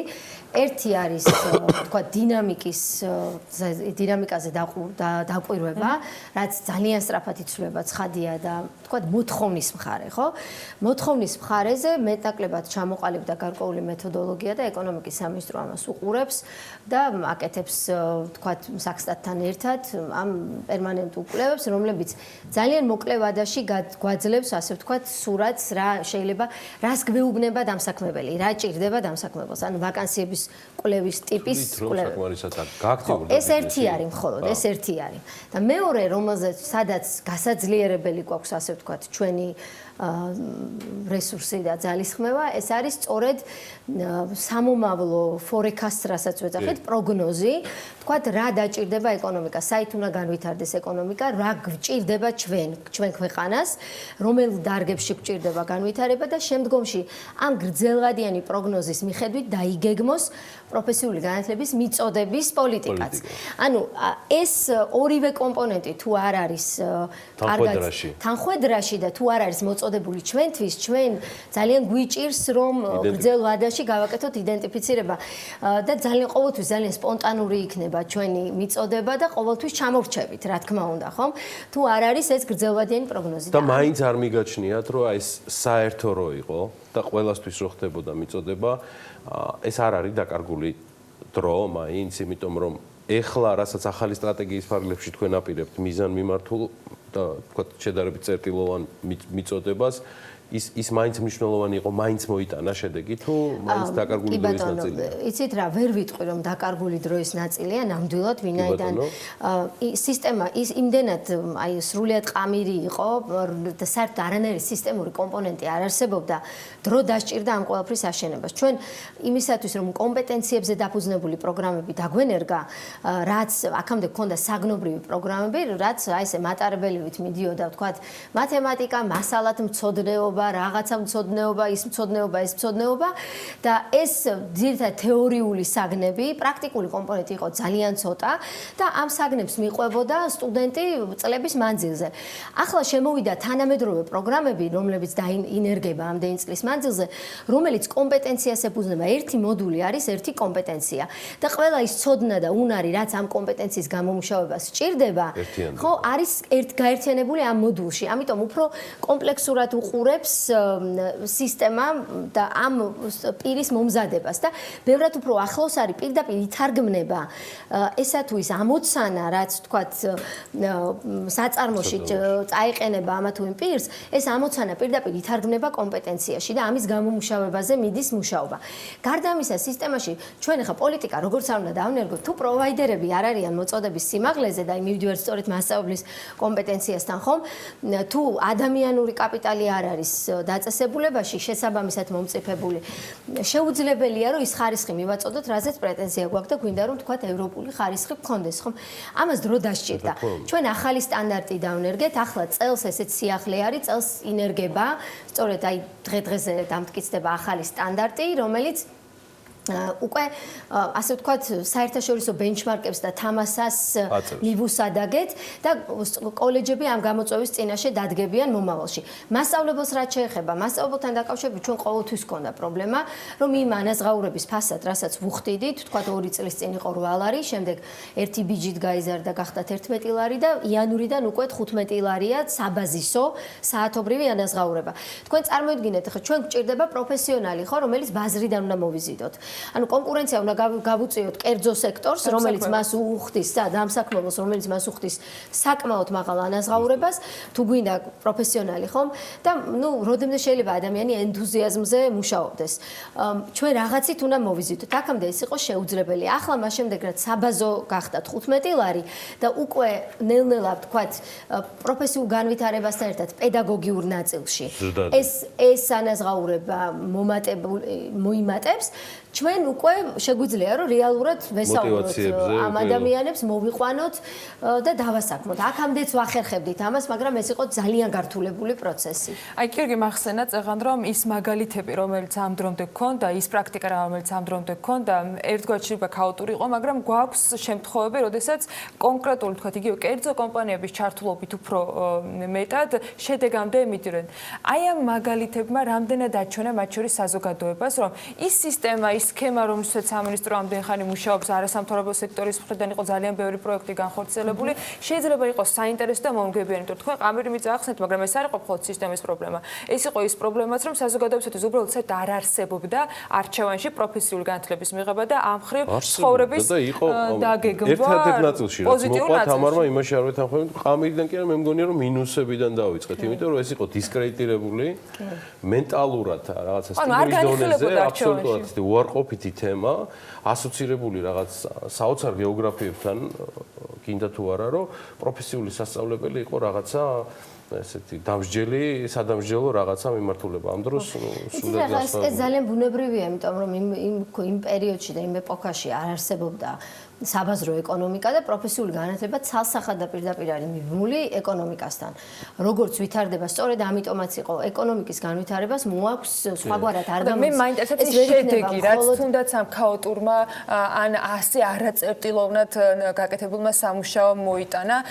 დაახლოებითი დაცვა თუ გაქვთ გაკეთებული ადამიანური რესურსის, ეს იქნება გადამზადების ნაწილში ჩართული, დასაქმებულების ნაწილში თუ მომზადების ნაწილში ჩართული ადამიანებისა, ვინც შეცვალა თავის თქვათ ცხოვრების სტილი და მიმართულება. დაახლოებითი მონაცემები რას აჩვენებს ამ წლების განმავლობაში? რამდენი თქვათ სასწავლებელი შეგვემატა, რამდენი ადამიანი გადამზადდა, რამდენი იქიდან დასაქმებული პროცენტულად? აი ამ ბატონო, ანუ ალბათ მართლა ყველაზე ისეთი კარგი მაჩვენებელი არის სწორედ დასაქმების მაჩვენებელი. ანუ ჩვენ რამდენიმე ესეთი საკვანძო მაჩვენებელი გვაქვს შიგნით სისტემის ეფექტიანობას, რითიც ვზომავთ. ერთი არის თქვათ დატვირთულობა, რამდენი დატვირთულია დამატებული პროგრამის ფარგლებში, რამდენი პროცენტს ითვისებს დაწესებულება. მერე გადინების მაჩვენებელი, რაც ძალიან დრამატული იყო წინა წლებში და ნელ-ნელა იკლებს, იყო 35% და ახლა უკვე ნელ-ნელა 25%-ზე ჩამოვიდა და ვფიქრობთ, რომ აი ეს სწორედ ორ ტრეკად, ასე ვთქვათ, ორ სხვადასხვა ალტერნატიულ პროგრამებად გაყოფა, სწორედ კიდევ ამ გადინების მაჩვენებელს დაწევს, ვინაიდან ძირითადად დასრულები გადიოდნენ. ანუ იწყებდნენ და აღარ ამთავრებდნენ ეს იწყებდნენ და აღარ აი ეს იგულისხმება დიახ და სწავლის მიტოვების მაჩვენებელს უწოდებთ და ბოლოს დასაქმების მაჩვენებელი. 2013 წელს, როცა პირველი გარე კვლევა ჩატარდა, საბაზისო კვლევა, ასე ვთქვათ, მაშინ იყო დაახლოებით 40% დასაქმების მაჩვენებელი. დღეს ჩვენ ვართ გავცით 60%, უკვე 62%-ს მიუახლოვდა მაჩვენებელი და ეს არის ძალიან კარგი შედეგი. თან ამას ზომავს მიუკერძოებლად, ანუ გაეროს განვითარების პროგრამის მხარდაჭერით კერძო კომპანია ACT ზომავს წლების მანძილზე და ფაქტობრივად შეიძლება ითქვას, რომ ეს არის ყველაზე კარგი საზომი იმისა თუ რაც მითხარი ეს ჩემი კითხვა არის განათლების სამინისტროს საკონტაქტო რამდენად არის რომ ბიზნესთან გაზომოს ანუ ხვდები აი საუბარი არის რომ მისი საჭიროებები ინტერესი ხო ანუ ეს ტიპიურად განსხვავებული კასტა არის რომელიც ასევე შემოსაყვანია ამ ფერხულში კი აუცილებლად დიდი მადლობა ამ შეკითხვისთვის იმიტომ რომ ძალიან მინდოდა რომ აქამდე მივსულიყავით ანუ პირველ რიგში რაც არ მინდა რომ დღეს ისე წავიდე რომ ეს არ თქვა როდესაც ამ ორ ტრეკზე ვსაუბრობთ ძალიან მნიშვნელოვანია ითქვას რომ წელს ჩვენ ვიწყებთ და სწორედ ხვალ იწყება პირველი ტრენინგი მასწავლებელთა ახალი კოჰორტისა წელს ჩვენ ვიწყებთ დანერგვას ინტეგრირებული საშუალო პროფესიული პროგრამების რაც არის აი მართლაც ძალიან მნიშვნელოვანი შედეგი და ძალიან მნიშვნელოვანი ცვლილება ვინაიდან იმ ბავშვებს იმ მოსწავლეებს ასე ვთქვათ რომლებიც 9 კლასის შემდეგ გადმოინაცვლებენ ასე ვთქვათ პროფესიულ კარიერულ გზაზე საშუალო განათლების ნაცვლად იმისა რომ მე-10 კლასში სკოლაში გააგრძელონ სწავლა პროფესიულ პროგრამას აირჩევენ მასში ინტეგრირებული იქნება უკვე ზოგად საგანმანათლებლო კომპონენტი და ამ პროგრამის დაძლევის შემდეგ მათ შეეძლებათ უკვე უმაღლეს საგანმანათლებლო დაწესებულებაში გაანაგრძონ სწავლა. ანუ ეს არის ასე ვთქვათ ჩიხის აღმოფხრა. ჩვენ ამის პილოტირებას გაეროს მხარდაჭერით 2016 წლიდან ვაკეთებთ და ახლა უკვე ვნერგავთ, ვიწყებთ მასშტაბის გაფართოებას და ვნერგავთ სისტემურად. ეს მართლაც ძალიან მნიშვნელოვანია, ვინაიდან ჩვენ სულ საუბრობთ, რომ აი პროფესიული განათლება უმაღლესის ალტერნატივა, რეალურად ეს ასეც არ არის მთლად, ვინაიდან ყველას შეუძლია დაიწყოს კარიერა პროფესიული განათლებით და მერე თუ მოუნდება განაგრძოს უმაღლესში. ანუ ამით არც დროს კარგავს, არც რესურს კარგავს, ეს არის ძალიან მნიშვნელოვანი და საჭირო რამ. ახლა რაც შეეხება კერძო სექტორს. კერძო სექტორის ჩართულობა მე სულ ვამბობ, რომ უკვე მოძველებული ტერმინია. ანუ კერძო სექტორმა უნდა აიღოს თავის-თავზე პასუხისმგებლობა ჩვენთან ერთად. თანასწორად, ვინაიდან შეუძლებელია პროფესიულმა განათლებამ სახელმწიფომ, ეს იყოს სახელმწიფოს დავალება, მხოლოდ არც ერთ ქვეყანაში ეს ასე არ ხდება. ჩვენ უნდა გავიზიაროთ პასუხისმგებლობა და ამისათვის ჩვენ წელს გვექნება კიდევ ერთი სიახლე. ჩვენ მუშაობთ ახალ სტრუქტურულ მოწყობაზე, რომელიც შესაძლებლობას მოგცემს, რომ კერძო სექტორთან ერთად დავგეგმოთ და განვახორციელოთ პოლიტიკა პროფესიულ განათლებაში. ეს იქნება ძალიან დიდი სიახლე და მალე იმედი გვაქვს, რომ ამ სიახლით დავბრუნდებით თქვენთან. განათლების მინისტრის მოადგილე თამარ ქიტიაშვილი მან დაანონსა სიახლე, რომელიც მნიშვნელოვანი იქნება ბიზნესისთვის, ასე რომ ადევნეთ თვალყური BMG-ს და იქნება სიახლეები მათ შორის პროფესიულ განათლებასთან მიმართებაში. მადლობა მას სტუმრობისთვის. პროფესიული განათლება გამოადგება იმ ადამიანებსაც, რომლებიც აგროსფეროში შესაძლოა უახლოეს მომავალში საკუთარ გეგმებს ხედავდნენ. ჩვენ ვისაუბრებთ სწორედ ამ მიმართულებით და კიდევ ძალიან ბევრ საინტერესო თემაზე რეკლამის შემდეგ ქართული ცხვრის და აგროპროდუქტების ექსპორტით სხვათა შორის საუდის არაბეთი დაინტერესდა. გარემოს დაცვის და სოფლის მეურნეობის მინისტრი საქართველოში საუდის არაბეთის სამეფოს პირველ რეზიდენტ ელჩს შეხვდა და ამ შეხვედრისას მხარეებმა ქვეყნებს შორის სავაჭრო ეკონომიკური თანამშრომლობის გაღრმავების და საქართველოში ინვესტიციების განხორციელების პერსპექტივების განხილვის. ახალ შესაძლებლობაზე სოფლის მეურნეობაში მოქმედ რეგულაციებზე და გამოწვევებზე სასაუბრო დღეს ნინო ზამბახიძე ბექა გონაშვილს უმასპინძლებთ. ბექა პაციკაძე შემოგვიერთდება რამდენიმე წუთში დაგველოდეთ საქმიანი დილის ეთერს უნდა უყუროთ.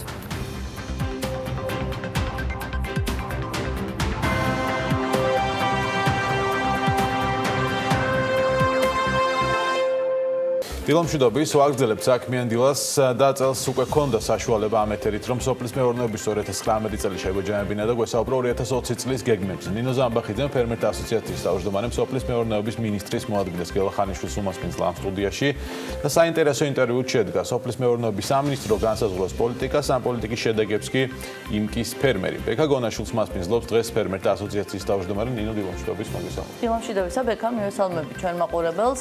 ალბათ ძალიან საინტერესო იქნება რომ ვისაუბროთ იმ რეგულაციებზე, რომელიც ამოქმედდა. ერთის მხრივ არის ამაზე, ვთქვათ, ორი აზრი, რომ ერთი ეხმარება ფერმერებს და მეორე რომ ხელს უშლის. ალბათ საინტერესო იქნება თვითონ უშუალოდ პრაქტიკოსებისგან მოვისმინოთ და ნახოთ დადებითი და უარყოფითი მხარე რა შეიძლება კონდეს რეგულაციებს, თუმცა მე მაინც მიმაჩნია რომ ის რეგულაციები, რომელიც დაწესდა ძალიან მნიშვნელოვანია ქვეყნისთვის, როგორც რომ განავითაროს სოფლის მეურნეობა. ბექა, მადლობა ეთერში მოსვლისთვის. პირველი, რაზეც მინდა ვისაუბროთ, არის ახალი რეგულაცია, რომელიც პირუტყვზე არის მიღებული, რომ 200 კილოზე ზევით პირუტყვის ექსპორტი იქნება აკრძალული. რა შედეგის მომტანია ეს? მე მახსოვს შენ ამაზე საუბრობდი, ძალიან ბევრი კრიტიკაც დაიმსახურე, თუმცა როგორც პირველმა ბექამ აღნიშნა, ყოველთვის რაღაცას ვიმკით ხოლმე, ან სწორად ვამბობთ და არ არის მოწონებული, ან ეს არის პოლიტიკურად გამოყენებული ხოლმე რიგ შემთხვევაში. რა იყო ამის მიზეზი, რაზეც შენ იქამდე საუბრობდი და რას მოიტანს ეს რეგულაცია დღეს? გამარჯობათ, მოგესალმებით, მივესალმებ თქვენს მაყურებლებს. ზოგადად რეგულაცია, რა თქმა უნდა, არ არის კარგი და ნეტა საჭირო არ იყოს საერთოდ რეგულაციები, მაგრამ არსებობს მეორე მომენტი, რომელიც ჩემი აზრით ქვეყნისთვის არის მნიშვნელოვანი იმ კუთხით, რომ დღესდღეობით ქვეყანა არ არის მზად იმისთვის, რომ აქედან გაედინებოდეს მოზარდი საქონელი, იმიტომ რომ მერე ქვეყანა დგება ხორცის დეფიციტის წინაშე. დღესდღეობით თუ ჩვენ კიდე ისევე რა ვქოთ, ასე ვთქვათ, ამ დეფიციტს ქვეყანაში და ვთქვათ ფასების მომატება ისე აღარ გრძელდება, ეს მხოლოდ დამსახურება იმით, რომ დაიწყეს შემოტანა საქართველოში შეციებული ხორცის სხვადასხვა ქვეყნებიდან. ანუ ქვეყანა, რომელიც თვითონ არის საკმაოდ დიდი რაოდენობის პირუტყვის მფლობელი, ასევე გააქვს ექსპორტზე, თვითონ არის ახლა უკვე იმპორტით შემოდანი. ანუ ჩვენ გამოდის, რომ დღეს იმისთვის, რომ სახში კახეთში ხაშლამა რომ ჭამოთ, საჭირო არის, რომ დოლარები და ევროები გაუშვათ ქვეყნიდან იმისთვის, რომ ვთქვათ, სახში ოჯახში იყოს ხორცი. რა თქმა უნდა, არა პირდაპირ ჩვენ ამას ვიხდით ლარში, მაგრამ იმ ადამიანისგან, ვისგანაც ჩვენ ვყიდულობთ, ეს ხასაბი არის თუ როგორც არის, დიდი ალბათობით ეს სახორცი შეიძლება იყოს შემოტანილი. მაგრამ აქვე უნდა დაგისვა კითხვა, რომ მაინც მაყურებელი არ დავაბნიოთ, ხარისხიანია ეს ხორცი თუ უხარისხოა ეს ხორცი? იცით როგორ არის? აქ არის რომელიც შემოდის უბრალოდ რა თქმა უნდა ყველანაირ ვთქვათ წესებს, ყველანაირ დოკუმენტაციას შეიძლება ის ასრულებდეს, მაგრამ ერთი მომენტი აქ ძალიან მნიშვნელოვანია, ჩემი აზრით ასე ვთქვათ, სამსჯელო და საკამათო სასაცილოც რა. საქართველოში თქვენ რო დაკლათ პირუტყვი სასაკლაოზე, დაკლიდან 48 საათის განმავლობაში უნდა მოხდეს მისი რეალიზაცია. სხვა შემთხვევაში მოდის ურსათმცნებლობა მას ჩამოგართვეს უტილიზაციაზე და ჯარიმას დაგიძეს კიდე 5,000 ლარს. მაშინ როდესაც ხორცი შემოდის, ვთქვათ, მოლდავეთიდან შემოდის, უკრაინიდან და ასე შემდეგ, მას აქვს 14 დღე, ასე ვთქვათ, დაკლიდან. ანუ ძალიან დიდ იმაში შემოვდივართ, ხო? ანუ საქართველოში დაკლუში გვაქვს მხოლოდ 48 საათი, ხოლო როცა შემოდის გოსტის სტანდარტია, კი ბატონო, გოსტის სტანდარტია, მაგრამ ჩვენთან მეგონი საბოლოო ჯამში გამოდის, რომ არც გოსტი გვაქვს და არც ევროსტანდარტი. არაფერი არ გვაქვს, იმიტომ რომ საერთოდ სოფლიოში ხორცი არ იჭმება, ესე ჯერ კიდე რომ ფეთქავს და ასე ვთქვათ, დამწიფების გარეშე ხორცი არცად სოფლიოში არ მოიხმარება დიდ უმეტესად ქვეყნებში. აქედან გამომდინარე, ეს სტანდარტიც გადასახედია ჩემი აზრით, თუ ჩვენ გვინდა რომ ხარისხზე ვისაუბროთ, უბრალოდ ხორცის ხარისხზე და ასე შემდეგ, მაგრამ მეორე მომენტი ის არის, რომ ქვეყანაში ჩვენ რეალურად შეგვიძლია რომ პროდუქტიულობა ისე გავზარდოთ ჩვენი, რომ ჩვენსაც არათუ ჩვენ სრულად ჩვენ საჭიროებას ვეხმარებო, ანუ ვთქვათ სრულად გავწვდეთ, არამედ კიდე ექსპორტის გავზარდოთ. რა თქმა უნდა, იმიტომ რომ აქ არის მეორე ერთი მომენტია კიდე ნინო გასათვალისწინებელი, რომ ერთია რატო უნდა მოხდეს, თქვათ, ამ აკრძალვის და რატო ვემხრობ მე პირადად ამ 200 კილოგრამამდე გატანას. ხო, რატო 200 კილოგრამი ხა? ესეც აინტერესებს რა.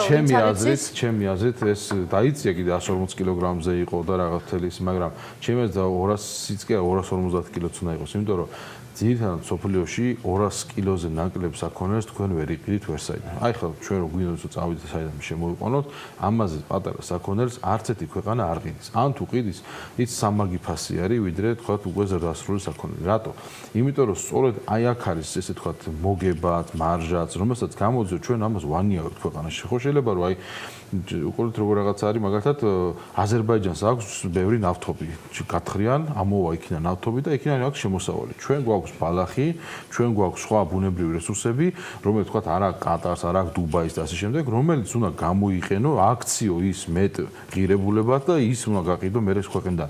ანუ შეიძლება საერთოდ სახელმწიფოს კი არ უნდა ჭირდებოდეს ამას არანაირი აკრძალვა, ამას თვითონ ფერმერები უნდა აკეთებდნენ ამას, მაგრამ რაღაცა დროს იმაჩნია რომ საჭიროა და ამას ყოველთვის ხას უსვამ მაქსიმუმ დაახლოებით ეს უნდა იყოს 2-3 წლიანი რეგულაცია. ანუ რისი თქმა გვინდა ამით, რომ სახელმწიფო პირიქით ამ რეგულაციით ცუდ მდგომარეობაში კი არ აყენებს ფერმერს, არამედ უკეთეს მდგომარეობაში აყენებს.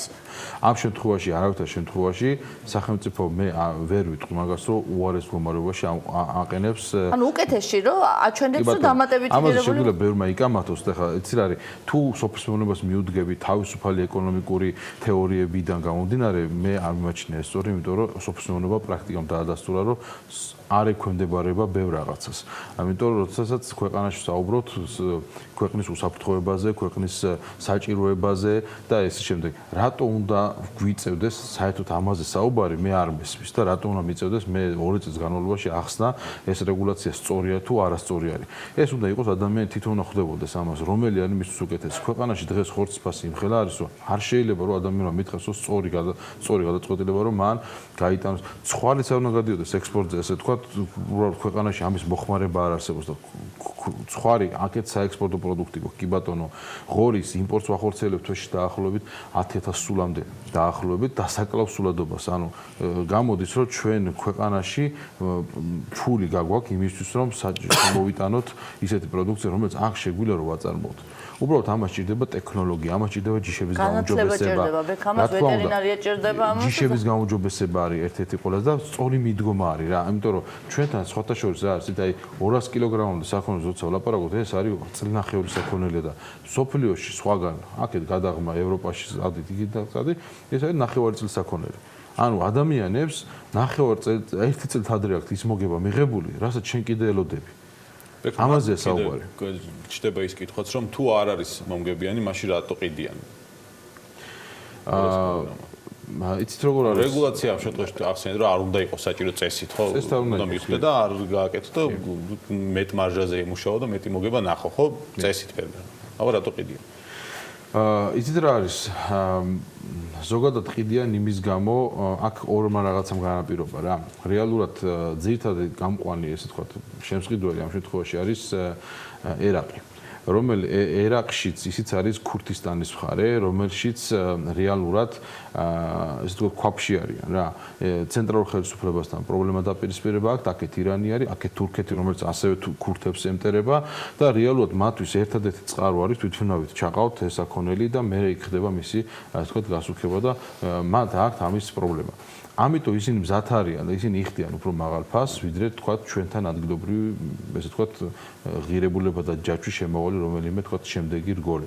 აქაც ისიც გაითვალისწინეთ, რომ დოლარის კურსიდან ცვლილებიდან გამომდინარე, მათ მეტის გადახდა კი არ უწევთ. უბრალოდ ლარის გაუფასურების გამო გამოხდა, რომ ლარი გამოდის მეტი. არაფერი განსაკუთრებული არ შეცვლა. თუ დოლარი პირობითად გეუბნებით $2 და 10 ცენტი ღირდა სიტყვაზე საქონელი, ეს მოზარდი საქონელი მიღებული აეროპორტში დატვირთული ფობზე, ეხლა არის დაახლოებით 2.5, 2.70 მაქსიმუმ. ანუ დიდი სხვაობა არ არის, საუბარია 50 ცენტის სხვაობაზე, თუმცა ფულში, ლარში გამოდის რომ ადრეთუღი და ცოცხალი წონა 5 ლარი, ეხლა 10 ლარი. აი მაგ საქონელზე. ამაზე საუბარი ისეთ რა არის, ხა უყურეთ ელემენტარული არის. ესე გამოდის რომ ჩვენ უნდა დავხარჯოთ ესე ვთქვათ $300 პირობითად ვიძახი იმისთვის რომ შემოვიყვანოთ დასაკლავი საქონელი აქ მე დავკლათ ან ხორცად მოვიტანოთ და გავყიდოთ ქვეყნიდან $100 ის საქონელი რომელიც უნდა გამხდარიყო $300. ამაზეა საუბარი. ხო, მაგრამ ეხლა ეს ერთის მხრივ არის იმ სიდუხჭირის ბრალი, რომელიც რეგიონებშია და ამავდროულად წყემსები აღარ არის.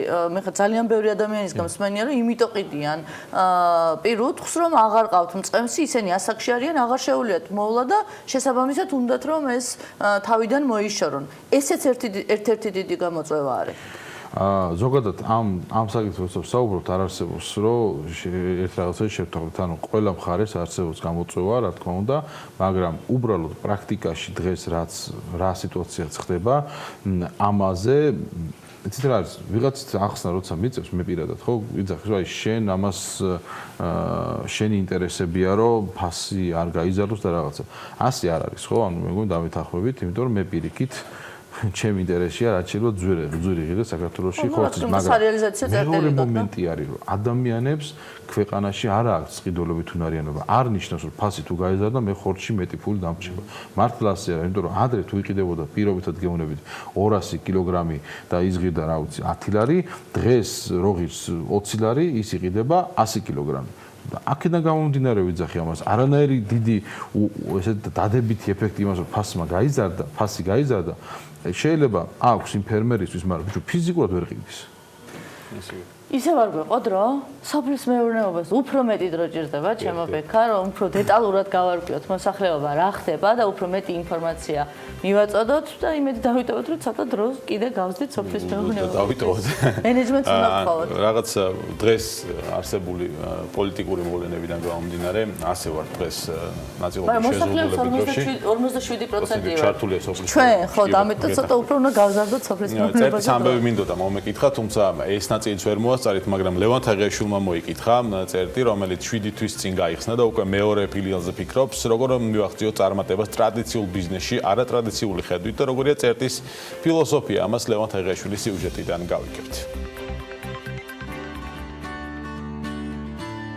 აქ რაც არის წარმოდგენილი საკმაოდ დიდი რაოდენობა ამ პროდუქტების არის ჩვენი ოჯახის წარმოება ინვესტიცია მოვიძიეთ ანუ მქონდა არსებული ბიზნესი მედა ჩემ ძმას და შემდეგ უკვე ბანკმა ანუ ამ არსებულ ბიზნესზე მოგცა სესხი და ამ სესხით გავაკეთეთ და წერტები იყო ღვინის წერტი იყო ძის წერტი იყო ხორცის წერტი და ეს ნიშნავდა ესე იგი სავაჭრო წერტილს სადაც ამ სოფლებში მეურნეობებში ამ ერთ ადგილას იკრებდნენ თავს და მე აქედან იყიდებოდა ჩვენ გვაქვს ჩვენი ფერმა ჩვენი ფერმიდან ჩამოდის ხორცი და ანუ შუშის ან open kitchen სტრატეგია გვაქვს, ანუ მომხმარებელი როცა შემოდის, ხედავს ყველაფერს, რა როგორ კეთდება და რაც ყველაზე მთავარი არის, აი ეს ხორცი, რაც იყიდება და რაც დახზედებს, იმისგან მზადება ნახევარფაბრიკატები. ბრიტანიის სერვისი, ისე იგი თბილისის მასშტაბით ჩვეულებრივად როგორც ფიზიკურ პირებს, ისე იურიდიულ პირებს ვამარაგებთ. სხვადასხვა ჰიპერმარკეტებთან შედარებით ჩვენ რიგ პროდუქციაზე უფრო დაბალი ფასი გვაქვს.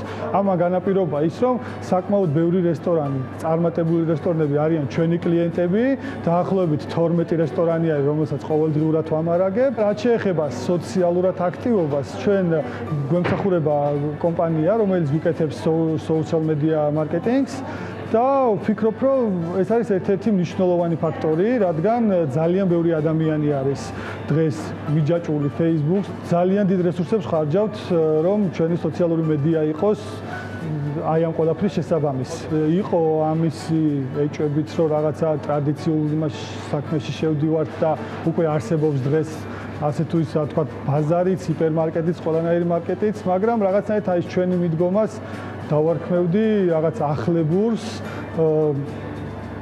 ლურჯი ოკეანის სტრატეგია ქვია. ყოველთვის მოხმარებელი რომ მოდის, აი ყოველკვირეულად რაღაც სიახლე დავახვედროთ, რომ არ მოხდეს რაღაც შეჩევა და არ მოხდეს ჩვენი რაღაც ჩარჩოებში ჩაჯდომა. ახალი ფილიალის გახსნას ვაპირებთ საბურთალოზე, ოღონდ დაახლოებით 1 წლის თავზე, ჯერ ბიზნესი არის 7 თვის. და გვინდა რომ მინიმუმ 1 წელი გავიდეს, რომ მქონდეს სტატისტიკა, მქონდეს მარაგების მართვა. შეგვიძლია თქვა ბევრი წერტი გავაკეთოთ და გაყიდვები გაიზარდოს, მაგრამ წარმოება არ არის ქვეყანაში იმ დონეზე განვითარებული, რომ ხარისხი მივაყოლოთ. ამიტომ არ ვჩქარობთ.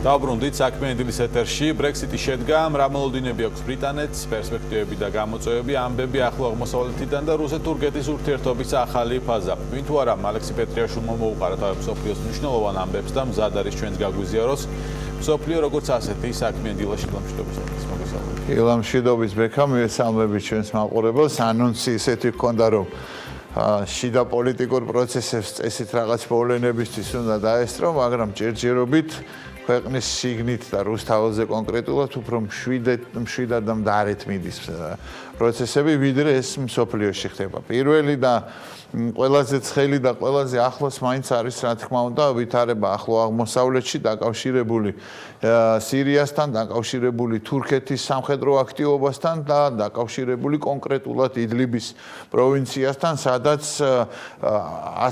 ბაშარ ასადის შეიარაღებული ძალების მიერ განხორციელებულმა შეტევამ იმსხვერპლა თურქი სამხედრო და სამხედრო სამოქალაქო მოსამსახურეები, საერთო ჯამში მათ რიცხვის შეადგინა 8 დაღუპული, მათ შორის არის 5 სამხედრო და 3 სამხედრო სამოქალაქო პირი, რამაც გამოიწვია ძალიან სერიოზული მძაფრი რეაქცია თურქეთის პრეზიდენტის მხრიდან. თურქეთის პრეზიდენტმა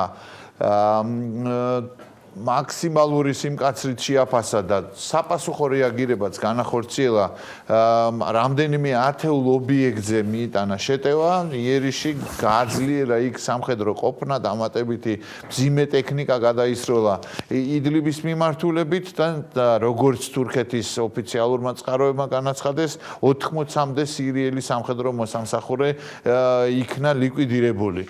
აქ ყველაზე მთავარი ის არის, რომ ასადთან სამხედრო და პოლიტიკური დაპირისპირება არ ახალია, მაგრამ ბოლო პერიოდის ესე ვთქვათ კეთილმეგობრული ურთიერთობები, ჩემო მეგობარო ასე მიმართავდნენ ერთმანეთს რუსეთის პრეზიდენტი და თურქეთის პრეზიდენტი, გადავიდა რაღაცა გარკვეული კრიტიკის მწვავე ფაზაში, ვინაიდან უკმაყოფილება გამოხატა თურქეთის პრეზიდენტმა შეუსრულებელი პირობებით, რაც მოსალოდნელი იყო. კი, რა თქმა უნდა, ეს ადრე თუ გვიან აუცილებლად მოხდებოდა, იმიტომ რომ თურქეთს აქვს თავისი ინტერესები და თავისი პოტენციალი და თავისი რესურსები, რუსეთს აქვს თავისი ინტერესები და ესენი როგორც სირიასთან მიმართებაში, ისე ლიბიასთან მიმართებაში ფრონტის ხაზის სხვადასხვა მხარეს განან. შესაბამისად, მათ შორის ეს დაპირისპირება, რომელიც არ არის განსაკუთრებულ მწვავე ფაზაში ჯერ გადასული, მაგრამ უკვე ისმის უკმაყოფილება, უკვე ისმის თურქეთის მხრიდან, რომ ასე ვეღარ გაგრძელდება და რუსეთს მოუწოდებს შეასრულოს ვალდებულებები. რამდენიმე დღის განმავლობაში დაბომბვების აქ აქტუალურია და მნიშვნელოვანი ის, რომ სირიის ოფიციალური შეიარაღებული ძალების შეტევას ჰაერიდან ამაგრებს რუსული ავიაცია და ბომბავს იმ ადგილებს. რამდენიმე დღის განმავლობაში არ იყო კომუნიკაცია და კონტაქტი თურქეთისა და რუსეთის ლიდერებს შორის, გუშინ შედგა მათ შორის სატელეფონო საუბარი, საგარეო საქმეთა მინისტრებს შორისაც გაიმართა სატელეფონო საუბარი. თურქეთის ერთ-ერთი მთავარი პრობლემა ამ შემთხვევაში არის ის, რომ რამდენიმე ასეულმა ათასმა სხვადასხვა მონაცემებით 1 მილიონამდე იდლიბის მაცხოვრებელმა უკვე აიყარა გუდანაბადი და დაიძრა ის თურქეთის საზღვრისკენ. რამდენიმე მილიონ დევნილს კიდევ 1 მილიონი დამატებითი დევნილი თურქეთისთვის მიუღებელია და ამიტომ ის ღიად საუბრობს იმაზე, რომ გაუხსნის კარებს ევროპისკენ, უკვე სხვადასხვა მოლაპარაკეთავებით საუბრობენ ამის შესახებ, რომ გაუხსნის კარებს ევროპისკენ და ეს საკითხი ძალიან მწვავედ დადგება თურქეთსა და ევროპულ თანამეგობრობას ევროპულ ქვეყნებს შორის. უკვე შედგა საუბარი ანგელა მერკელთანაც. მაგრამ კიდევ ერთხელ ვიმეორებ, მთელი განსაკუთრებული სიცხარე ამ პროცესებს შეძინა უკვე რუსეთსა და თურქეთს შორის ურთიერთობების სერიოზულმა დაძაბულობამ. ეს დაძაბულობა გაიზრდება, ეს ვერ მორჩება ერთმნიშვნელოვნად, იმიტომ რომ მათი მხრიდან არც სოჭის, არც ასტანის შეთანხმებების შესრულების გარანტია არ არსებობს, განსაკუთრებით რა თქმა უნდა რუსეთის მხრიდან. თურქეთს აქვს თავისი ლეგიტიმური ინტერესები და აქ არ უნდა დაგვავიწყდეს, რა თქმა უნდა, 30,000-იანი იდლიბში ბოლო ფორპოსტია, ესე ვთქვათ, რადიკალი ისლამისტების, ალ-ქაიდასთან აფილირებული რადიკალი ისლამისტების 30,000-იანი შეიარაღებული კონტინგენტი, რომელიც აუცილებლად გაუწევს სერიოზულ წინააღმდეგობას სირიის ცენტრალური ხელისუფლების, ასადის რეჟიმის შეიარაღებულ ძალებს და რუსეთის შეიარაღებულ ძალებსაც და მათ დაქირავებულ ეგრეთ წოდებულ ვაგნერის ბოევიკებს. არის ინფორმაციები ბოლო დღეების განმავლობაში რუსეთის მხრიდანაც მსხვერპლის შესახებ 4 სპეცდანიშნულების რაზმის წარმომადგენლის დაღუპვის შესახებ. გარდა ამისა, Brexit-ი ვახსენებ, შენ როდესაც დილით პოსტი დაწერე, იქ იყო კომენტარები, რომ ადამიანები 3 წელია ამ პროცესებს ადევნებენ თვალს და ეს პროცესი დასრულდა, თუმცა მე ვფიქრობ, რომ უფრო საინტერესო პროცესები უნდა განვითარდეს ახლა, პერსპექტივები და გამოწვევები, რაც ევროკავშირს და ბრიტანეთს ცალ-ცალკე აქვს ამ შემთხვევაში და ბრიტანეთი, რომელსაც რაღაცა ისეთი არჩევანის თავისუფლება აქვს ახლა ხელშეკრულებასთან დაკავშირებით. ცნობილი გამოთქმა არის ბრიტანული მეფე მოკდა გაუმარჯოს მეფეს, რაღაცნაირად ცდილობ ხოლმე რომ ამასაც მოვარგო და Brexit-ი დასრულდა. არ ვიცი რამდენად Brexit-ი რამდენად შესაბამისი იქნება ეს რომ გაუმარჯოს, მაგრამ Brexit-ი დასრულდა და Brexit-ის მთავარი ფაზა რეალურად დიდი ბრიტანეთის და ევროკავშირის კონკრეტულად დაშორიშორების და განცალკევების ეხლა იწყება 11-თვიანი მოლაპარაკების პროცესი, ძალიან ხისტად არის განწყობილი თავად დიდი ბრიტანეთის პრემიერ-მინისტრი და განსაზღვრული აქვს, რომ აუცილებლად დეკემბრის ბოლომდე დიდმა ბრიტანეთმა ყველა ეს ძირითადი შეთანხმება ვაჭრობასთან დაკავშირებული, კვოტებთან დაკავშირებული, რეგულაციებთან დაკავშირებული აუცილებლად უნდა შეათანხმოს ევროკავშირთან. ევროკავშირის მხრიდან არ არის ასეთი მზაობა და ასეთი ოპტიმიზმი, რომ ეს აუცილებლად ესე მოხდება, იმიტომ რომ ბევრი ძალიან სერიოზული დეტალი არის გარდა იმ ცნობილი საზღვრის საკითხისა, საბაჟო გადასასვლელების საკითხისა ირლანდიასთან მიმართებაში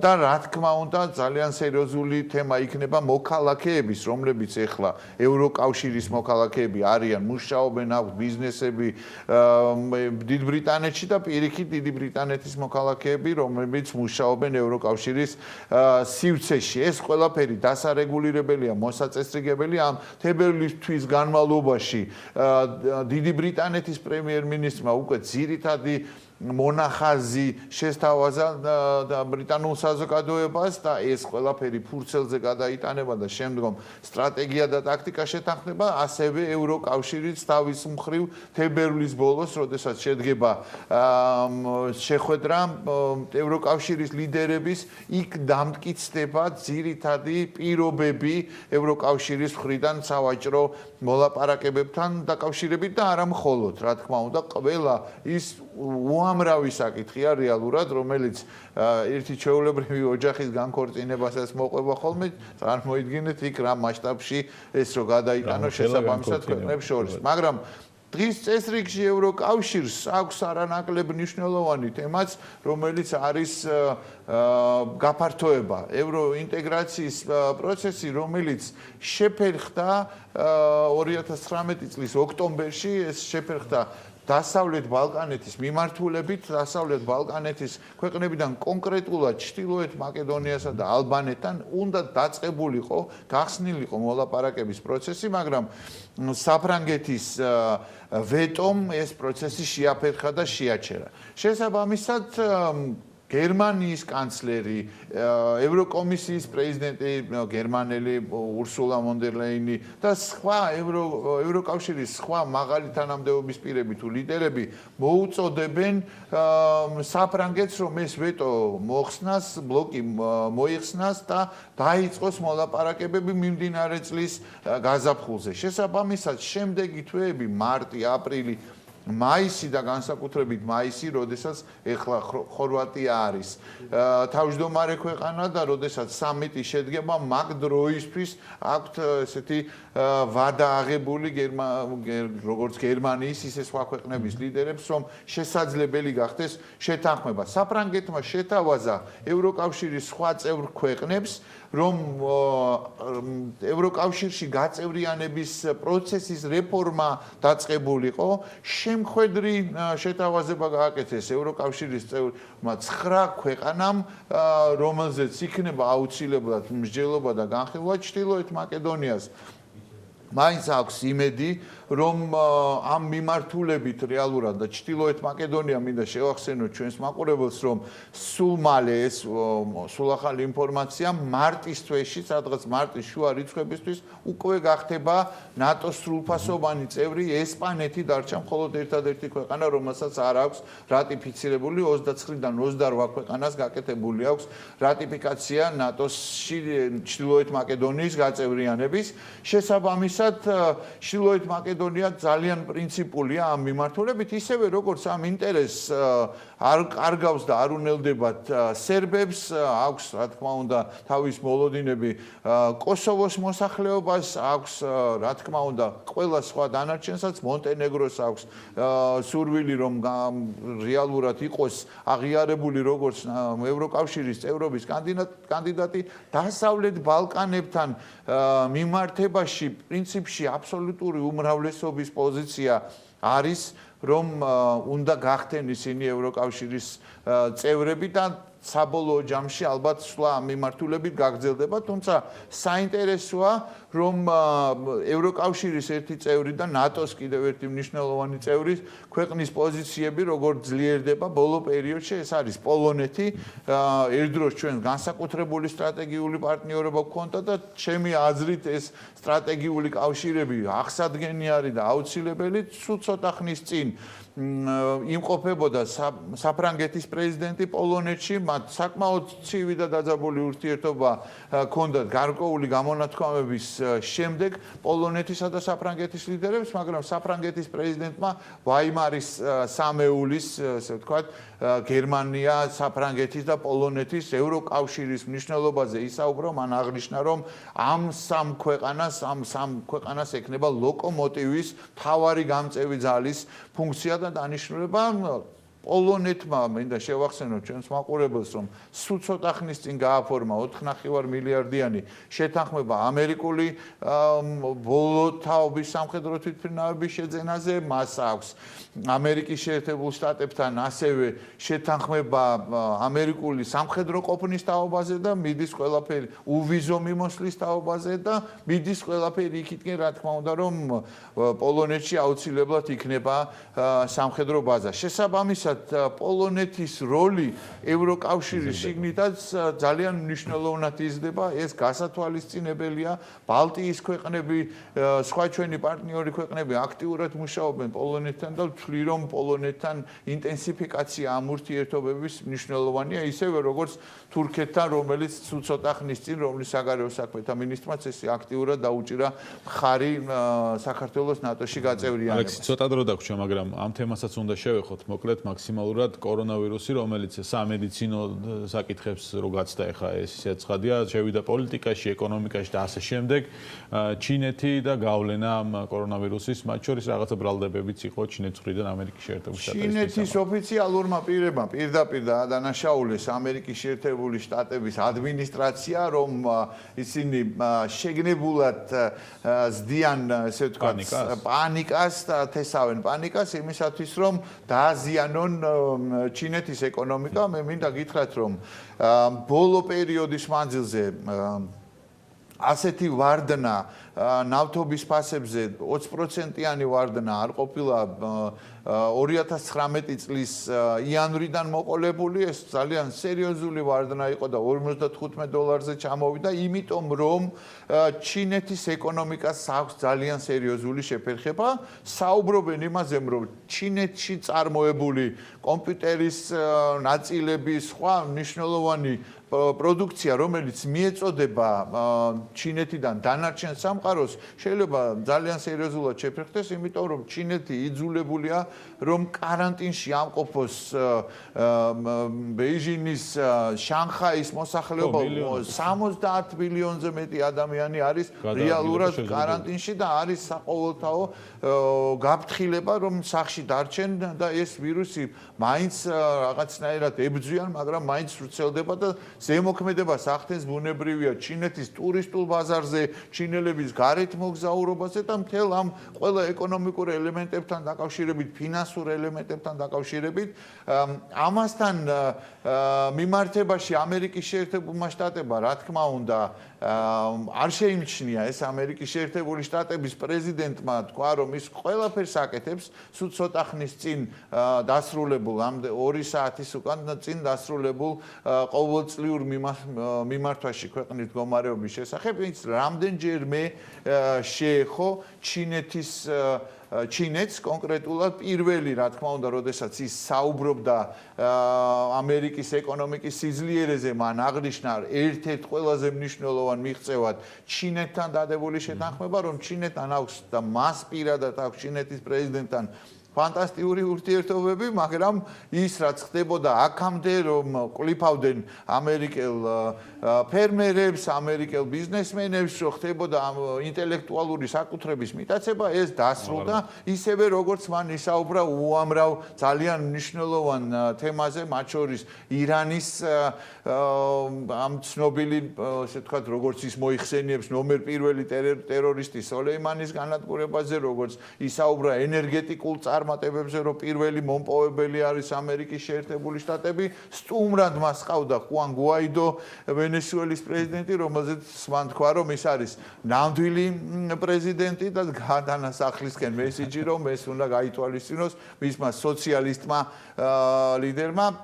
ტრამპის შემხედვარე დემოკრატებმა წაიფორხილეს, მინდა გითხრათ, ესეც კარგი ამბავი იყო დონალდ ტრამპისთვის, რომ აიოვაში პირველი პრაიმერის მაგვარი კოკუსი უნდა ჩატარებულიყო და დღე გავიდა უკვე სრული 24 საათი ჯერ არ არის დათვლილი. ახალგაზრდა ბუთიჟეიჟი იგებს სულ მცირედით 1%-ით უგებს ბერნი სანდერს, მეოთხე ადგილზე არის მხოლოდ ჯო ბაიდენი. ვნახოთ როგორ განვითარდება მომავალში პროცესებიდან, დავაკვირდებით როგორ იქნება და ხვალ აუცილებლად გამართლდება სენატში დონალდ ტრამპი ეს გადაწყვეტილი ამბავია. ამაზე ბლოგსაც ვიხილავთ. აუცილებლად. უფრო დეტალურად. მადლობა ალექსი პეტრიაშვილს, მსოფლიო როგორც ასეთი ტრადიციულად საინტერესო ამბებით და ესეთი ანალიზით, დრაივით იყო საქმიანი დილაში. ვასრულებთ ამით ჩვენს გამოშვებას. საქმის კურს ეთერებში ვხვდებით ჩვენ ერთმანეთს. მადლობა ყურადღებისთვის. დროებით.